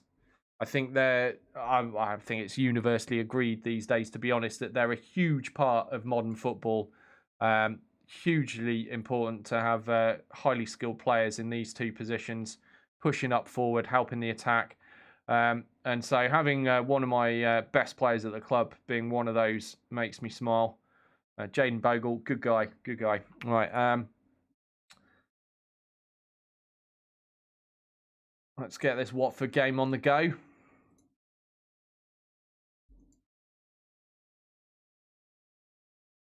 So we've already set up the team ahead of time. We're all set and ready. Why? Yeah, I want to just fix this because I've got some players that I made available for the under-23s during the thingy spell. What am I talking about? During the 16 days without a first team match. I'm not sure I want them all still available. Do you know what? I'm swapping Evans for Keogh. I want Keogh on the field. Do I want to make any more changes? Jason Knight, he's not generally a first-team starter. So I'll keep him playing for the under-23s. Holmes, I should make him available for the under-23s. Because he's, at least while Bowen and Lawrence are both fit and healthy, he's not a first choice. So Shinnie would be on the field, but he's suspended. Because he's a dipstick and he gets too many yellows. Right, okay, let's go. Oh, hold on. One more thing. Do I want Huddlestone or do I want Rooney? I'm going to put Rooney on the bench. Why? Well, because he's going to retire by the end of the season, I reckon.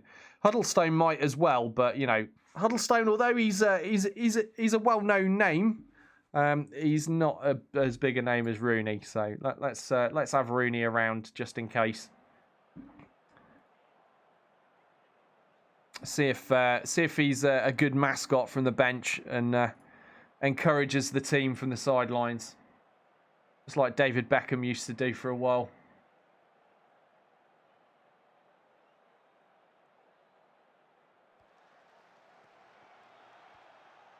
That makes sense then, Tasku. Oh, Bowen, throw on goal! Oh, can he? Yes! Oh my God, what a start in under 10 minutes. That was spectacular. I thought he'd muffed it up. Right, Lawrence here on the ball. Plays it long to his counterpart on the right. Bowen controls well, takes the shot. Great save from the keeper. Catroni almost fumbles it through, but it was going wide of the net, and Bowen gets there and slots it into the open goal. That is 1-0 to Derby, and Bowen's 6th goal of the season there. That moves us up to 7th place if the result stands as is. So let's just adjust the table a little bit and see how things look. So not far behind Everton and West Ham. Oh, that was close. That was close. I think that was a shot from Keogh. Craig Dawson picking up a yellow card for Watford. Nice to see other teams picking them up instead of mine this time. Looking good on possession. Looking good on stats, on shots. Watford with a throw in here, though. Cathcart plays it back to the keeper. Knocks it upfield to Pereira. Pereira? I don't know. Now Sarr. Sarr surges into the Derby box, but Lowe takes the ball away from him. And is that going to be a penalty? VAR. Penalty given after VAR. No.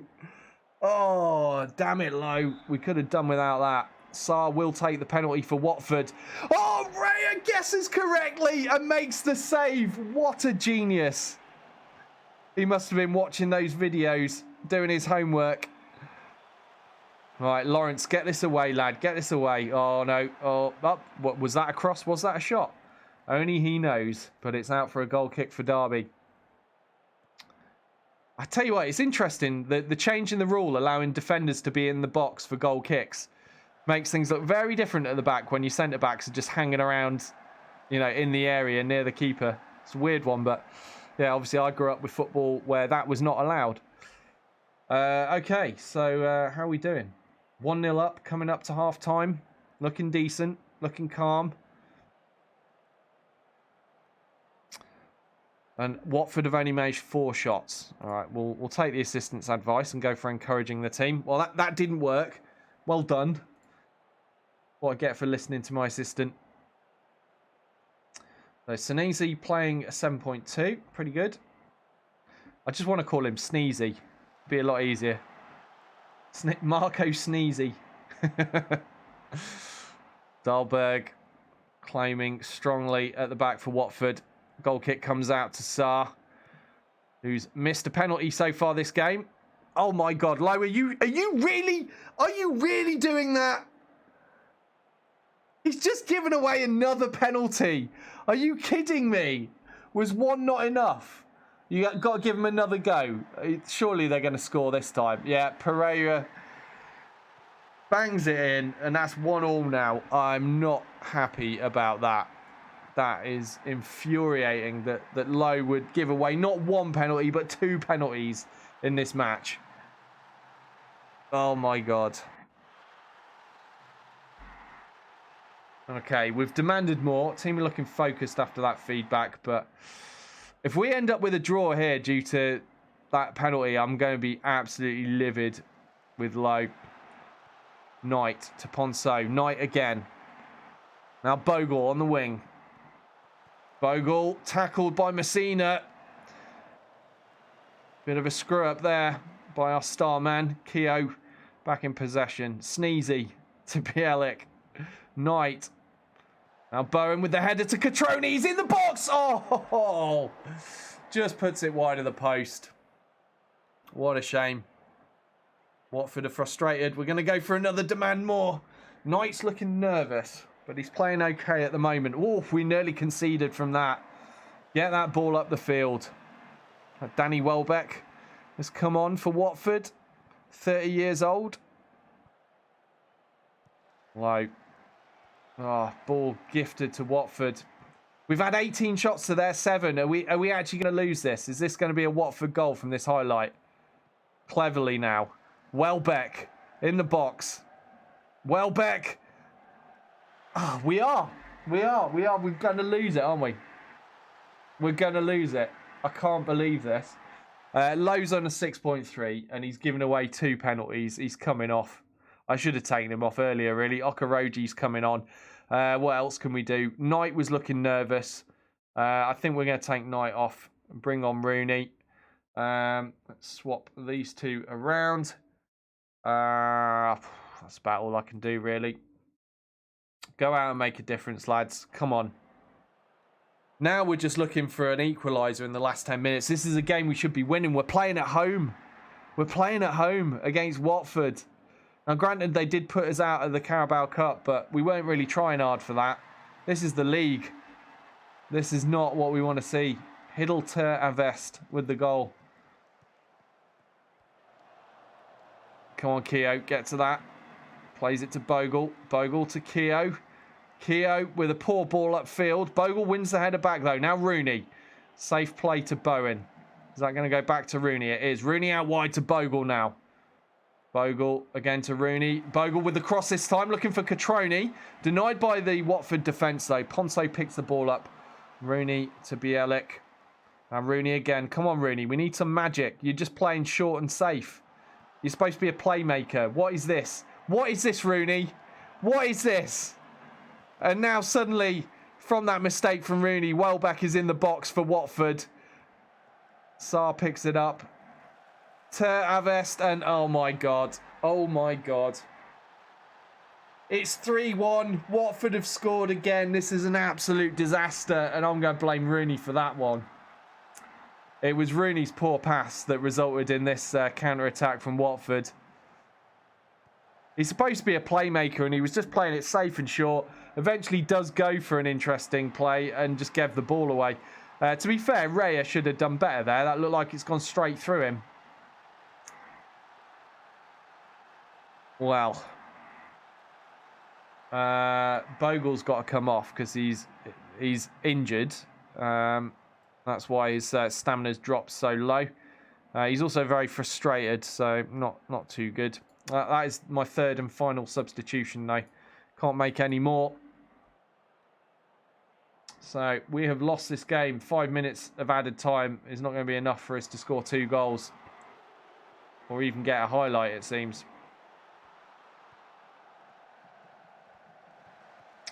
Dawson and Welbeck linking up well.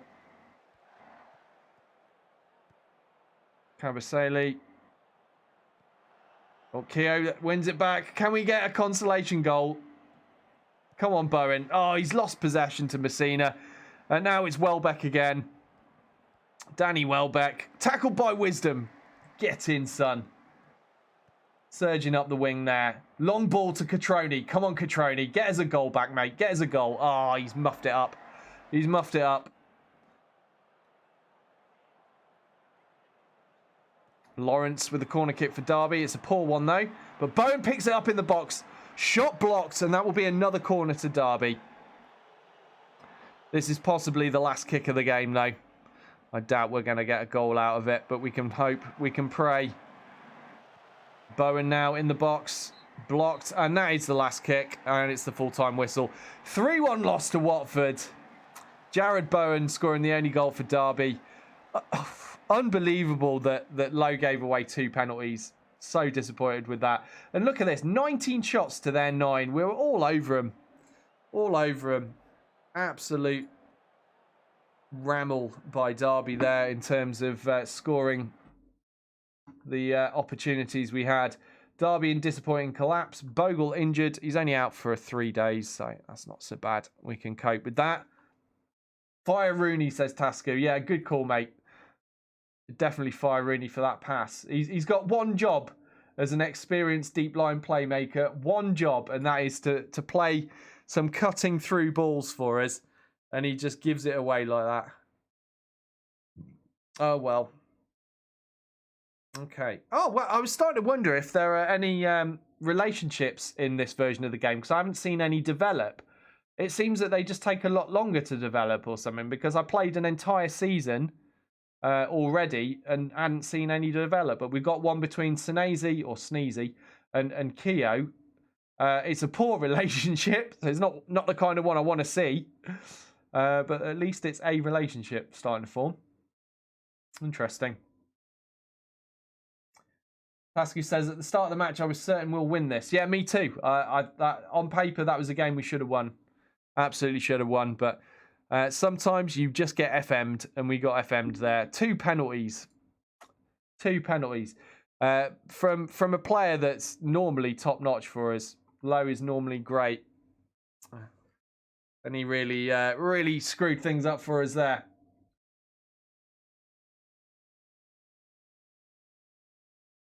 I didn't pay anything for Rooney, Tascu. No, Rooney's been signed in real life.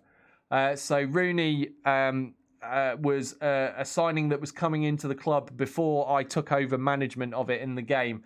So he was already on the way. Given the option, I wouldn't have signed Rooney personally. I don't think he's a worthwhile signing for a club like Derby County. He might sell a few shirts, but I don't think he's going to help that much on the field. Right, so now we've got Chelsea with a game in hand could go ahead of us. So we could actually drop down to 9th place. Got to say, it's still a good position for Derby County for the first season in the Premiership. But I'm disappointed to be slipping further and further away from these Euro spots now, as we are now about a third of the way into the season.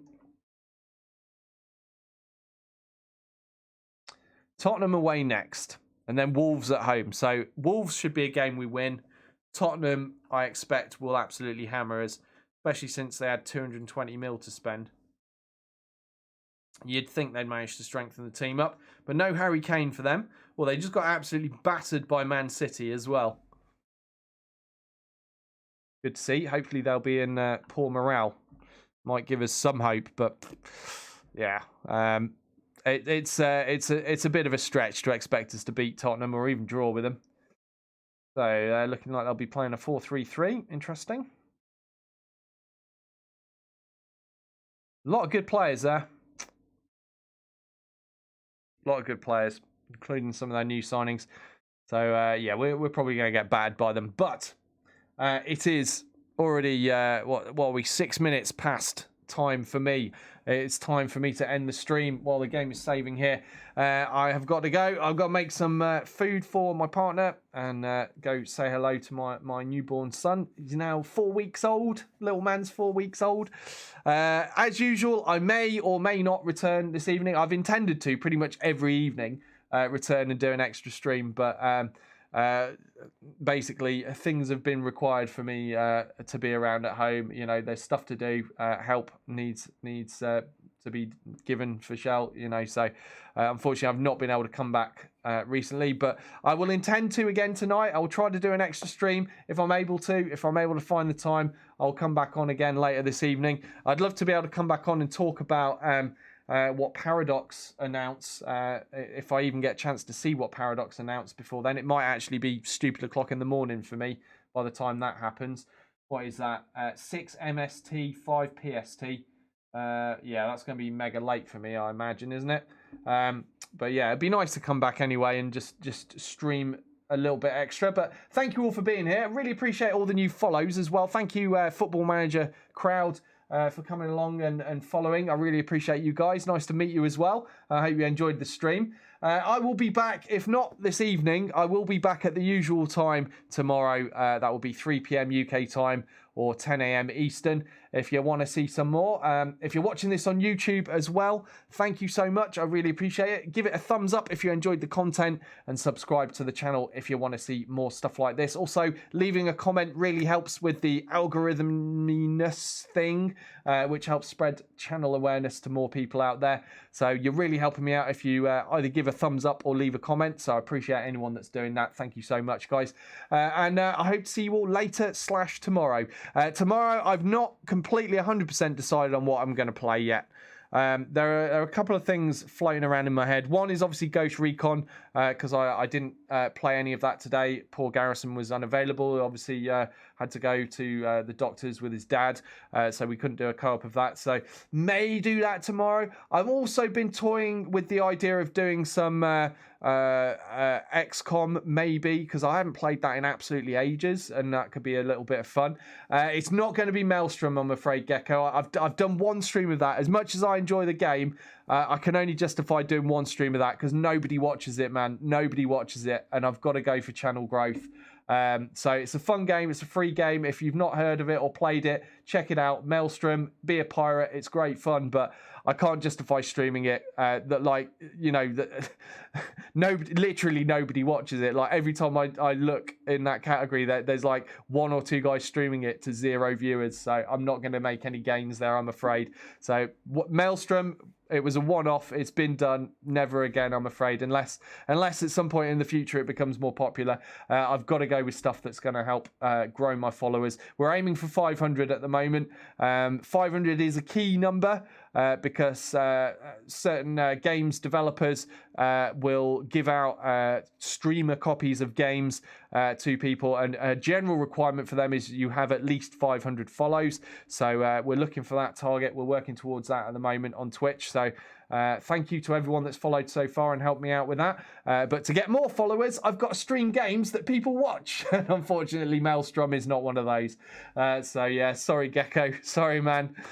We've done the one and only stream of that, and that was that last Friday? I think it was last Friday, last Thursday or Friday. I did that last week. But yeah, so anyway, tomorrow might be Ghost Recon, might be XCOM. We'll have to see, because people are still watching XCOM and people are still watching Ghost Recon Breakpoint, so we'll see. But anyway, thank you all so much for now. It's time for me to shoot off. I hope to see you all later or tomorrow. Thanks again, take care, and see you soon.